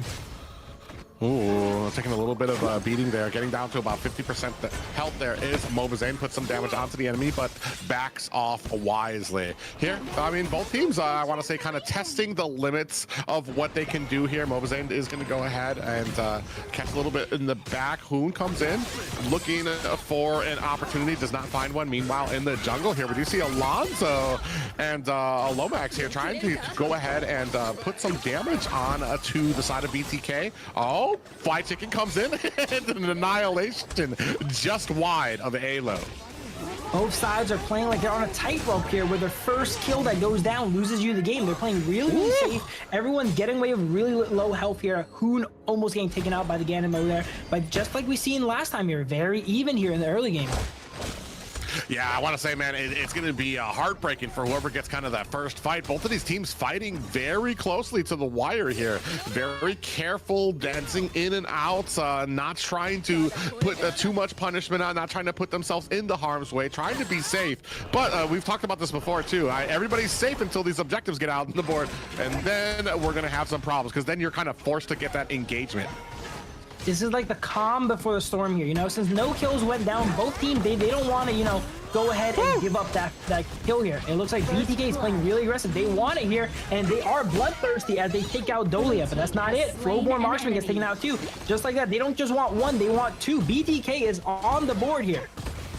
Yeah, and just like that, this is what we were talking about before. Shades of what we've seen, I believe it was from OG, being able to dive underneath the tower. That's not going to save you from a team like this. They're going to make sure they get that kill, get that advantage from them. 25 seconds left for the Tyrants as well. I almost can't even recognize BTK from game 1 till now. They have really, you know, shifted gears here and turned on the heat, being able to apply pressure onto Alo Gaming. They're not playing reactive anymore. They're making Alo Gaming go ahead and play around them. Yeah, and here right now, Mobazane does go ahead and engage with Alonso. Is going to back off there. Shark coming around the side, feeding that information to Mobazane, making sure he understands what he's up against there. 4 members of Alo Gaming. In comes Hoon, trying to put some damage on. Not going to be able to find it just yet. And it's going to look like the Tyrant's going to go over to the side of Alo Gaming.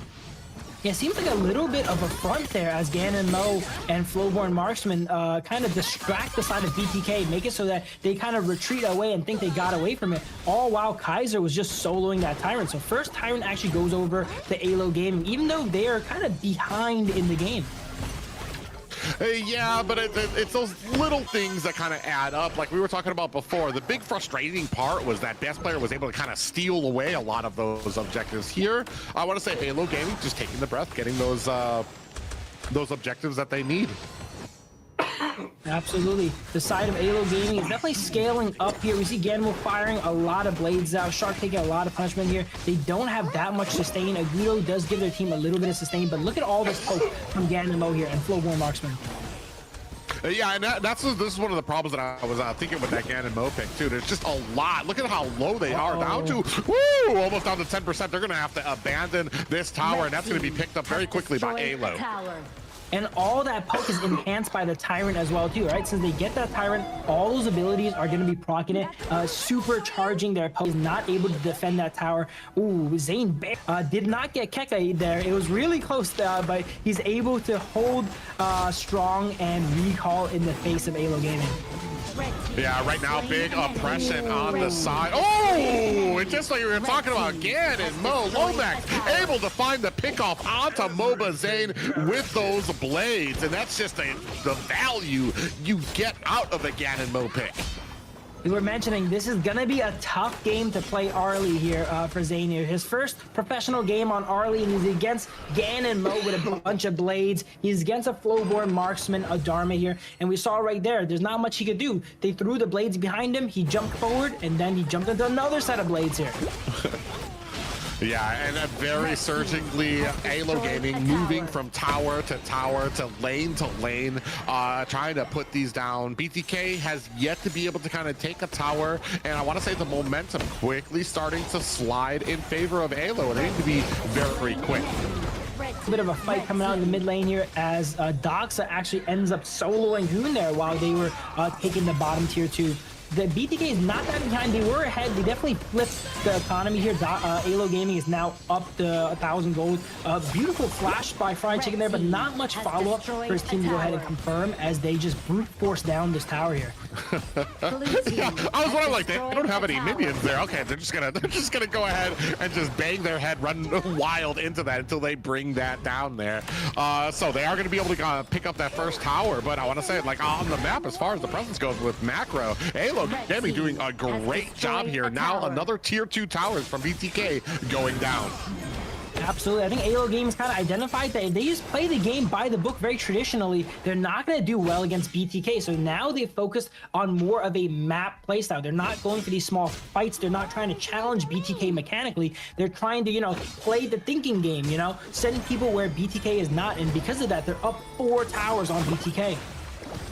Yeah, and that's a very interesting point to bring up. They're not even concerned about fights. They're just going to out-macro them. Doesn't matter how many kills are on the board. They're just going to continually push these, pay attention to the map, and realize where BTK is, be on the opposite side of that map, pushing there. Speaking of which, I do want to say a little bit of a flank coming in from Doxa. Comes in, lands on to Shark, not able to catch anything just yet. Now landing on to best player, and Shark in trouble, going to be there on the tail to kind of help assist with that escape. Kaiser was just so tanky there with double ultimate coming out from Dolia. Dolia's doing a great job of resetting this Kaiser ultimate, and he is like the ultimate front line for the side of Alo Gaming. He's able to take all those punishment as well as dish it out. Oh, I'm wondering if this is a Tyrant fight that BTK actually wants instead of trying to push an opposing lane there. Picked up very quickly. Alo Gaming decided to even give them the choice. They take that Tyrant down very quickly, tied at 2-2 apiece. But I want to say this is quickly starting to get some momentum for Alo Gaming. It seems like BTK is starting to play a bit timid here now that they don't have the momentum, right? They're getting poked out by the Ganamo. They're trying to, kind of turtle in their base a little bit here. And we've learned throughout today, man, playing reactive like that is not going to be good if Alo Gaming does not make any mistakes. We see the Ganamo and Dolia, kind of stealing a lot of BTK's jungle here and trying to, just choke them out and take all their farm. Yeah, we're at about a 2K gold deficit for BTK. Alo Gaming continues their assault on BTK's jungle, and there's really not much that they're able to do here. BTK, and we've talked about it, I mean, you don't want to be at a point where all you can do is kind of hide in your base. Unfortunately, there are just some games where there is not much of a choice. Diving underneath the tower here, Alo Gaming looking to kind of take this down. BTK looking for an opportunity. They might find one. Back off just a bit. They don't feel comfortable with that fight. They're kind of pressing, poking in there, but the damage from Gan and Mo. Look at best player, chucked down to 10%. Flight Chicken goes in, trying to dive into the back line. He's alone though. Nobody else there on the backside. It doesn't look like the rest of BTK trying to latch onto Alonzo. Thankfully, nobody goes down for either side. That was such a messy fight. I'm surprised no one went down there. Zane actually went in kind of like 1v3 for a bit of an outplay there. Gets everyone on the side of Alo Gaming really low before he ducks back. Same with Kaiser here on the side of Alo, but no one actually ended up going down. But while no one's going down, Alo Gaming has been taking the last 3 Tyrants. Yeah, I was kind of hoping to see maybe an annihilation, one of those rogue annihilations, try to steal up the Tyrant from Hoon. Unfortunately, it did not. Right now, I want to say BTK in a bit of a pickle. What do you do at this point to kind of take back this fight? You're looking for an opportunity. You're looking for a mistake to be made by Alo Gaming, and right now they're just not providing that. Speaking of which, best player has been latched onto. Rest of the team locks onto him, puts on the damage, and he goes down quickly. Look at that Kaiser there with the double ultimate. Just no real, I won't say no real strategy, but he just brute force walks straight towards BTK. He knows he has the stats, he has the numbers there, and just takes out best player in front of his whole team. There's not much they can really do about it, as they're now pushing down the high ground of BTK. This is getting bad really quickly for BTK. Yeah, it's just so many answers on the side of Alo Gaming when it comes to Kaiser and that. Oh, speaking of which, Fly Chicken and Trouble is gonna have to flicker himself to safety. But I mean, there's just so many answers with the range that you get from Lomax on this Ganon Mo that it's chunking down. BTK, they try to go in, they try to get some vision, they try to understand where they can get the advantage. All the while, Lomax is just chipping away at them with those blades. And speaking of which, best player might be in trouble here. Is going to go ahead, try to get himself out of harm's way. The rest of BTK from the side, looking for an opportunity. Big matchup happens onto the side of Alo Gaming. They're looking for the engagement. In comes Fly to Chicken, and all teams disengaged. No worse for wear. I would say BTK played that fight really, really well, but once again, they're getting a little bit stat check there, right? They're landing combos, Fried Chicken with a nice 3-man knock up there, but they just don't have the numbers yet. There's so much stats they got cut through on the side of Alo Gaming, and they're ahead on gold as well. Yeah, and right now, I mean, they're slowly, unfortunately, being choked out. There needs to be a big play. They need to kind of, this is the point where you're kind of, are we going to spend the rest of the game in our base, or are we going to try to make something happen? And if that happens, everybody needs to be on the same page. Speaking of which, Fly Chicken actually might be in a bad way up at top, being chased down by the side of Doxa. Once again, this Kaiser's just unchecked going throughout the map here. He's hit his late game. This is where he is going to be the strongest. There's no one that can really match him. No one that can really DPS him down either. The Arlie needs to get kind of close. And if you get close to that, it's going to be really, really hard, especially with Ganon Mo providing air support from the back too. Yeah, it's the suppressive power from that Ganon Mo right now is a huge deal for the side of Alo Gaming. It is really being that impressive front for BTK where they just cannot linger in range. Speaking of which, they're going to go ahead and try to dive in there. Hoon trying to set up some of those combos to get the CC on there. A couple of tower shots go on to Alo Gaming, but they are continually trying to poke out this core. Now moving their attention onto the mid high ground tower. Now they're going to go in. BTK sensing an opportunity, tries to get into there, finds a kill. Only one down, but they decide against chasing down Alo Gaming. Beautiful flash combo there coming out from Fried Chicken Charlotte there onto the Flowborn Marksman, takes them out and kind of, you know, stifens their push. But here's the thing, that is 3 high grounds down for the side of BTK. That is basically the death sentence in honor of Kings here, as the side of Alo Gaming is going to be continuously spawning elite minions. As you see Kaiser go ahead and once again force a fight. Let's see what happens.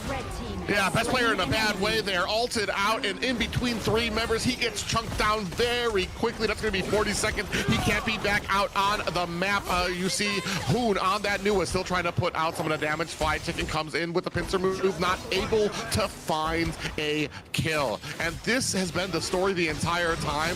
Unfortunate for BTK right now, they just don't have the damage to be able to kind of really make that impact. Meanwhile, on the side of Alo, they have that range. They have that damage. They have that front line in the form of that Kaiser, able to take so much damage. And then, of course, Dolia right there to reset that ultimate as well. Absolutely. BTK needs to basically stall it until Tempest here. That's really the only way you win when you have 3 high grounds down, because these lanes are going to be permanently pushing. Big fight comes out. Hoon gets a kill onto Dharma here. Critical crowd control. This could be what they need here. Yeah, I mean, Huda had a great matchup, had a great combo there, able to take down Dogsaw, but yet again, BTK just not in the position. And not just on BTK, this is on Ayla Gaming too. As soon as somebody goes down, they immediately back up. They don't try to force it, they don't try to get revenge, they immediately back up because they no longer have the advantage. So they're playing this as smart as they can. I will say though, it's getting dangerously close to that Tempest Dragon here. If BTK could stall out every single one of these little wins they get where they take out one person and, you know, push Alo Gaming back, that buys them a minute or two. And once we get up to 20 minutes, if they win a fight like that, that could really turn the game. Yeah, I mean, we're still waiting. There's hope and to pray for BTK. Not a single tower left on the map here. They're getting those little pickoffs. They're really kind of enforcing that when Ayla tries to come in there. Now you can see them kind of setting up. Does BTK feel like they really need to force this fight? Or, I mean, you see them all kind of grouped up here, but I'm kind of wondering, are they going to try to make something happen here at this? Overlord down to about 15%. They're trying to bait it out from the side. Kaiser is able to get it. Alonso picks up that kill there. Now BTK in a fight, looking for the escape. Fly Chicken might be in a little bit of trouble here. It is going to be saved there by Hoon, who pushes Alonso back off of him. But now we have the Overlord. We have those minions that are going to be coming down into base, especially with no towers. This is going to be potentially the final push here for Alo Gaming. If BTK could survive this push, they should be able to make it to Tempest Dragon, but it is not going to be easy as all 3 waves are pushing and the enhanced Shadow Vanguard is in that bottom lane there. They have the new one. They have the composition to try and wave clear here, but they might not have the juice to take out the tanks. Oh, no. Yeah, Alonso comes in there. And who gets taken down? Boba Zane is next on the docket. Oh, Fly Chicken is able to find a kill of his own, but gets taken down in game 3, very steadily going to Alo Gaming. Alo Gaming taking that game there. The writing was kind of on the wall there, right? They were slowly pushing in to the side of BTK, taking 1 tower at a time. And then once they lost that Overlord there, that was going to be the final push. If they're able to survive it, maybe they can make it to Tempest Dragon. But when Dharma takes out Hoon, gets a nice combo, there's nothing the side BTK can do. Even if they wipe the side of Alo Gaming, they just don't have to wave clear to kill all those enhanced Vanguards and such to just go ahead and push into the base of BTK. Yeah, it was unfortunate. A great composition from the side of Alo as well. It just felt like they had a lot of bases covered, whether it was that front line mixed in with the ultimate reset from Dolia, also having the Ganon Mo. You weren't even able to get close to them to kind of feel around, look for an opening, because all the while Ganon Mo's tossing all these blades at you, chunking down. There was a point, I think it was like 3 or 4 members of BTK there having to turn around because they're taking down all the way to like 15% health, and that just kind of like really started this road of where there just wasn't an answer. Every single thing that they tried to do, they were just getting pushed back. And not just that, but I want to say every little advantage that BTK had, they get a kill. This immediately, Alo Gaming are like, all right guys, let's hold up. We don't have the advantage anymore. Let's go ahead and back up and get back to some of these objectives here. So BTK weren't really able to take advantage of that. So, I mean, a great game played by Alo. Absolutely. I think Alo Gaming identified what their strengths were in game 1, right? BTK, their weakness is kind of that rotation, playing the map a bit. And game 2, they kind of tried to, play a little bit more their style, team fighting wise, and tried to, challenge BTK's mechanics there. And they lost because of that. So they kind of went back to how they won game 1. They played the map. They tried to outmaneuver BTK and expose that weakness. And that's what we've seen in this game here today. In the early game, they didn't really try to go for that many fights, right? They tried to trade towers, go where BTK wasn't, and because of that, they were able to outmaneuver BTK in this game here and take the match. So, prognosis. Zane's Arlie, how are we feeling? It's really tough to judge Zane's Arlie for that game there. That was a really, really tough game there. But I respect that he pulled it out though, because if you want to be a pro in Honor Kings as a marksman, you're gonna need to know how to play Arlie there. And I don't think Alo Gaming was ready for either. That's why they gave it away, right? The word around the streets was Zane is not really that comfortable on Arlie, but it seems like he's comfortable enough to break it out, right? I wouldn't say he's really the reason they lost or is because of his Arlie there, right? It's mainly that they're still struggling when it comes to rotations and playing the map. And that's something that you're gonna have to learn with time here when it comes to Honor of Kings. Yeah, I almost kind of put it on the same level as what we saw from Best Players Pay, where, I mean, it pays usually very good, but I mean, when you're looking at this wall of CC where every which way you turn, you're getting CC'd and pretty much just bamboozled, there's not much that you can do. Unfortunately, that comes with a learning curve. Where do these heroes shine? Where do they falter? With that, does my skill match up to be able to kind of take on some of those challenges that the enemy kind of presents with it? Unfortunately, like we said, there's a lot of wiggle room here, and we're talking about a team that has only been practicing and playing this game for a few months now. A long way to go when it comes to learning, but I'm still impressed with what I saw out there, especially being able to come at this level and be able to take a victory off, giving us our first full series. Absolutely great play from BTK there and Alo Gaming as well too.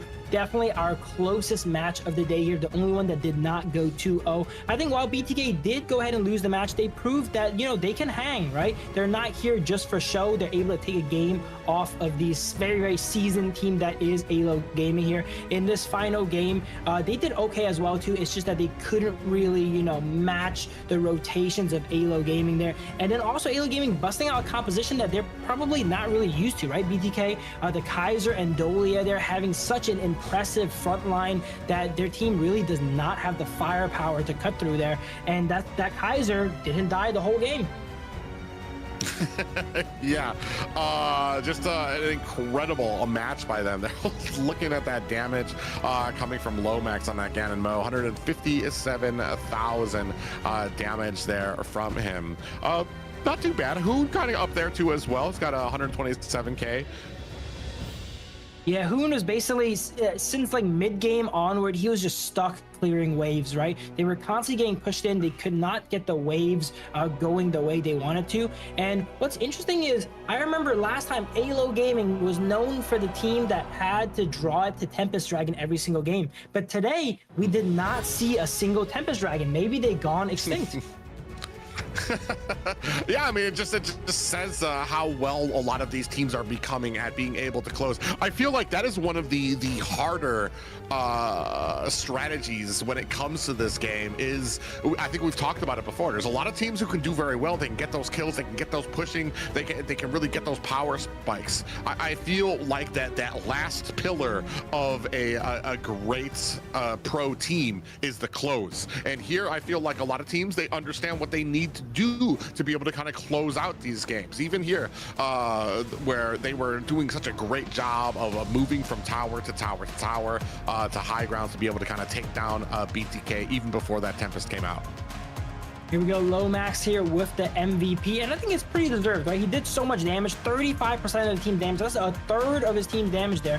And oftentimes he was not getting the resets from Dolia. It was always Kaiser. He did have a practically invincible front line for him, so he was just free firing, but he did all that damage without really getting much resets. So great job to Lomax, their MVP on the Ganon Mo. Yeah, here we can see that first offensive push there by BTK to dive under the towers onto Alo Gaming. And we thought that this was going to be a spell of things to come in the early game. Unfortunately, as we started getting more and more of these resets, as we started seeing the damage coming out from the Ganon Mo, it was just a fully oppressive from the side of Alo Gaming. I think that fight bottom there was the turning point. BTK was doing really good up until that, but on that push there, maybe it's a little bit of Zane's Arlie there. That positioning got himself in a little bit of trouble, and once he gone down there, Shark on the Schwanza is one of those supports that doesn't really do anything by itself, and he was not able to go ahead and hold the tower there, and that's kind of what gave Alo Gaming that momentum, taking that double tower push, and then they've gone ahead and transitioned that into the mid lane. Yeah, here, and it was just all of the BTK from the second half of the match. It was all them just trying to make something happen. Having very mild success with getting like 1s or 2s down, able to find those kills, but immediately Alo Gaming would back up immediately. Here's the final fight where they immediately dove onto Hoon, dove onto onto Mobazane, able to take him down. 2 big damage dealers down, and that was a wrap for BTK. Yeah, I think definitely looking at that, BTK needed to just close out the game or get a more of a sizable lead in the early game, because once they got into that mid to late game, Alo game, they were not monstrously ahead, right? They're up a little bit, towers up like maybe 2,000 gold, but once that Kaiser got online, he was unkillable, and as I mentioned, he just stat checked everyone, right? Fried Chicken had some good combos on there, Zane had some good combos, but it doesn't matter. They hit everything, and then they just don't die on the side of Alo Gaming. Yeah, and that was the thing too. I liked some of the engagements. I liked the positioning of BTK coming in there. If it weren't for the fact that you had a Kaiser, that you had a Dahlia, that it just kept keeping everybody topped up, and the amount of damage that they were able to withstand from BTK and still walk away when the smoke cleared, like, okay, we're still alive, and then BTK would have to try to disengage again. It was a very oppressive and just a winning strategy for them. Unfortunate for BTK.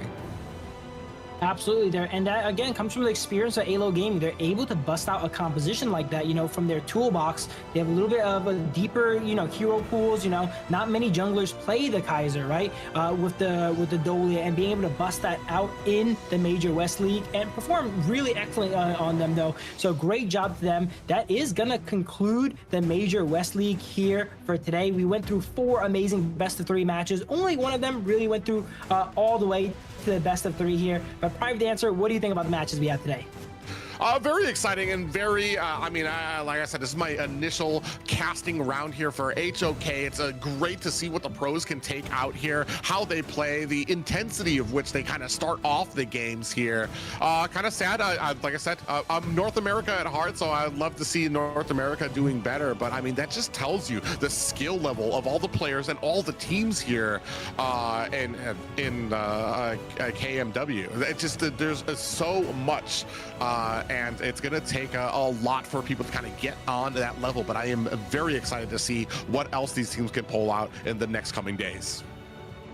Absolutely. I'm Team North America as well, and I'm happy that we're on the board, okay? A lot of people were going to say we're not going to even be on the board with Level Max and BTK, but they showed they can really hang, right? And Level Max did not get that much of a showing, but they were against OG, so it was much of a chance to have a amazing showing there. But BTK doing a great job against Alo Gaming, showing that they could go ahead and hang with the pros here. Very excited to see how the league goes ahead and plays out.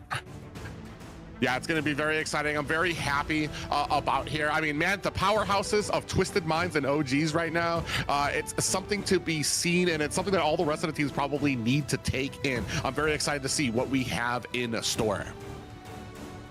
Absolutely. As we see here, Private Dancer is red with excitement here as we go ahead and change into different attires here.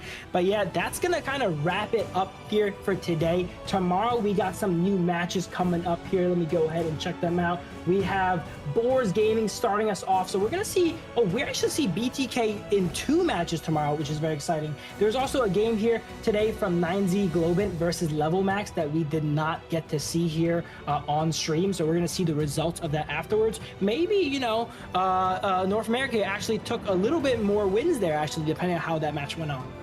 Yeah, I mean, no matter what you're a fan of here, Honor of Kings, you saw some impressive play here tonight, and I'm excited to see what we have in store for these next few days. It's going to be exciting. I'm going to be watching, taking notes, and hopefully improve my own gameplay. Absolutely. I will be seeing you guys here again tomorrow. Very excited for those matches here. And then, hey, maybe BTA can go ahead and get a match win tomorrow. They're showing up twice tomorrow as well. And then we see Boars Gaming as well show up twice. They were not able to get a win today. So some of the underdogs are going to be in tomorrow's matches here as we go ahead and get through the rankings week.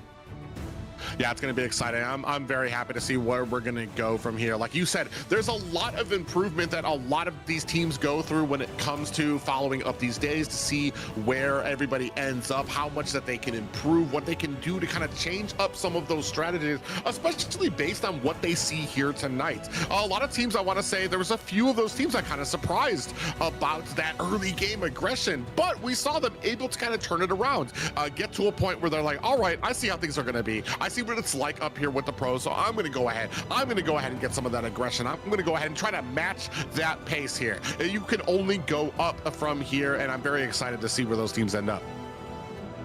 Yeah, and day 2 I think is going to be very pivotal as well, because this is going to separate, the teams that, want to study and work hard and really grind for it, because now they have the material. They've seen every single team play, right? We've seen some of their strategies. Day 2 is still a best of 3. They can go ahead and do research on some of these compositions, some of these drafts, maybe emulate it, maybe take parts of how to go ahead and counter it. So day 2 could usually be a completely different beast here compared to day 1, which is kind of like everyone's getting their feet wet into the Major West League here. Yeah, that's something you touched on a little bit earlier, that nobody's going home tonight. Nobody's going to be going home because of a loss. However, it does help to kind of put you in a more comfortable spot when it comes up to the brackets, to get you to a point where you're not sweating as much. And that's why some of these games can be so important. Not just because you get to see what the enemy is made of, you get to see where those challenges lie, but also because you kind of help see yourself for the future here. A lot of great teams here. I'm very impressed by all of especially some of the gameplay here. I mean, there was no lie here about OG and Twisted Minds, and really setting the standard for what you're supposed to see, how you're supposed to rotate, how you're supposed to move, and the pace you're supposed to set for a lot of these matches. Absolutely, and I think just as a whole, the Major West League, the skill level, the quality of the games has really elevated, right? Because we see no Tempest Dragons. Usually, when the game goes long, it's indicative of a lower quality game. Teams are not able to close out games. They're not able to really finish out games. And today, in day 1, we've seen no Tempest Dragons here. So teams are definitely leveled up their game compared to last Major West League, where, as I was mentioning, ALO Gaming was almost Tempest Dragoning every single game, right? They didn't know how to really close out those games. It seems like they've shored up that weakness here today, and other teams as well.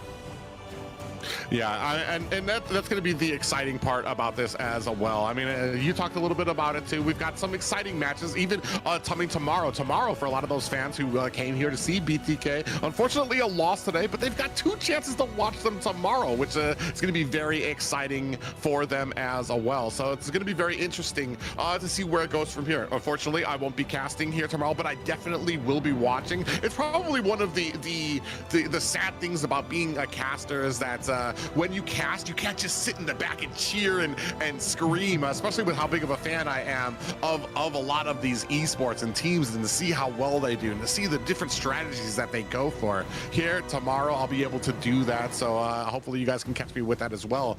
But man, any matches upcoming, Phil, that you might be excited for?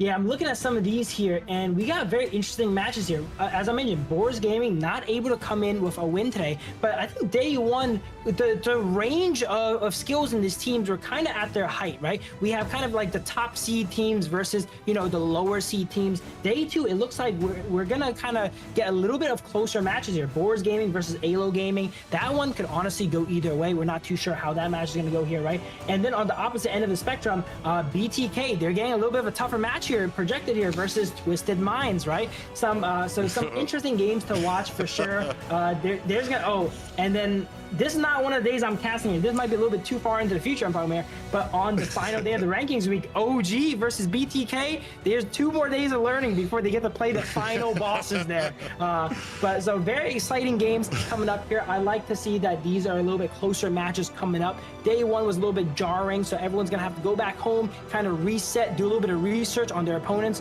We saw all these teams go ahead and play other than, I think, 9Z Globant, but they played off of stream, so we're gonna have a result on that probably update tomorrow. But yeah, very interested to see how that goes and plays. And it looks like 9Z Globant is playing tomorrow, but only 1 game as well too. Okay, so they're like the unlockable characters, they get 1 game in there. We get a little bit of gameplay from them for now. Yeah, it's honestly that you mentioned it. It was I think a match that happened off air, but I think tomorrow fans will be able to see 9Z Global. So it's kind of a nice little treat that it's going to be a team that we didn't see tonight that we will be able to see tomorrow play. That maybe they have the key to be able to kind of break through the top two here in KMW. So that's going to be very interesting to see how well that they perform, what they have in store for us, how their drafts work, and maybe they have that pace. Maybe they have that killer instinct that's going to be able to kind of take them to the top. Absolutely. And I think it's really interesting is the top 3 teams make it to Group S, right? And while 1 and 2, everyone, kind of understands who the favorites are, right? We have Twisted Minds, the prior champions, OG Esports, another extremely strong team that performed very well. The 3rd place slot is kind of in the air, right? Not many people really know. Some people think it's this team. Some people think it's that team here. So that's kind of in the air, and they're going to be fighting for that here, as once you get into Group S, your chances of making it through Survival Week jump up a lot higher.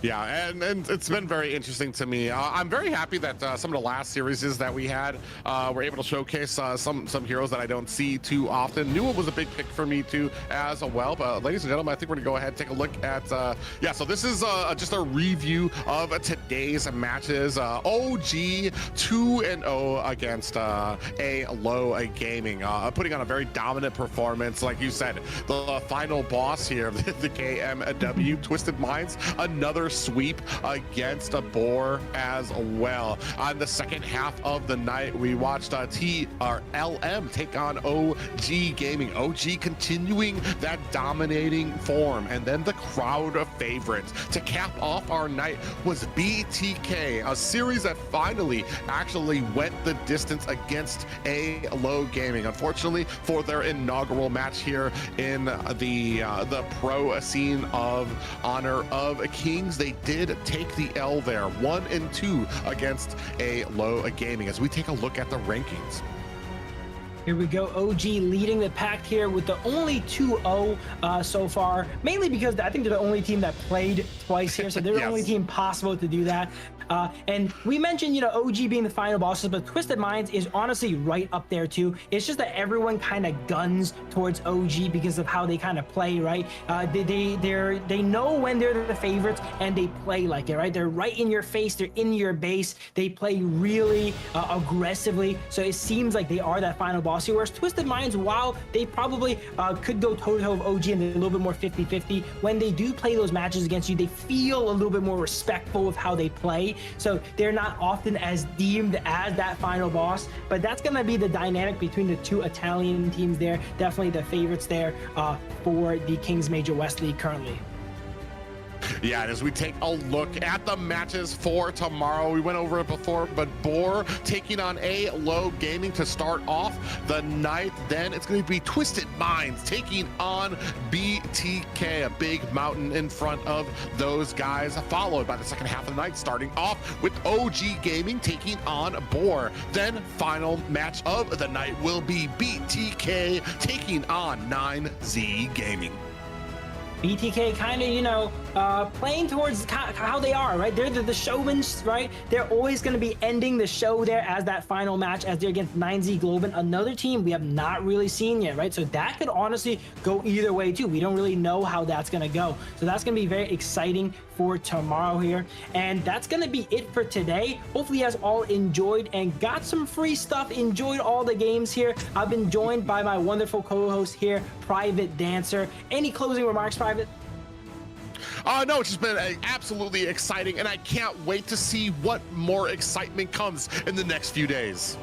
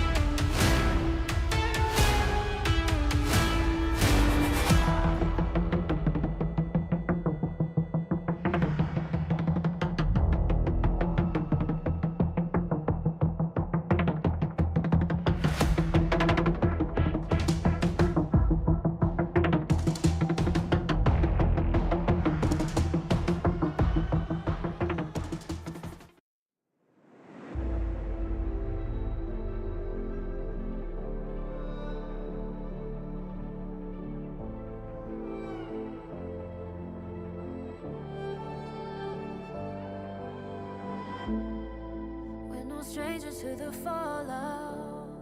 It's what got us here. Ever changing, some chameleon.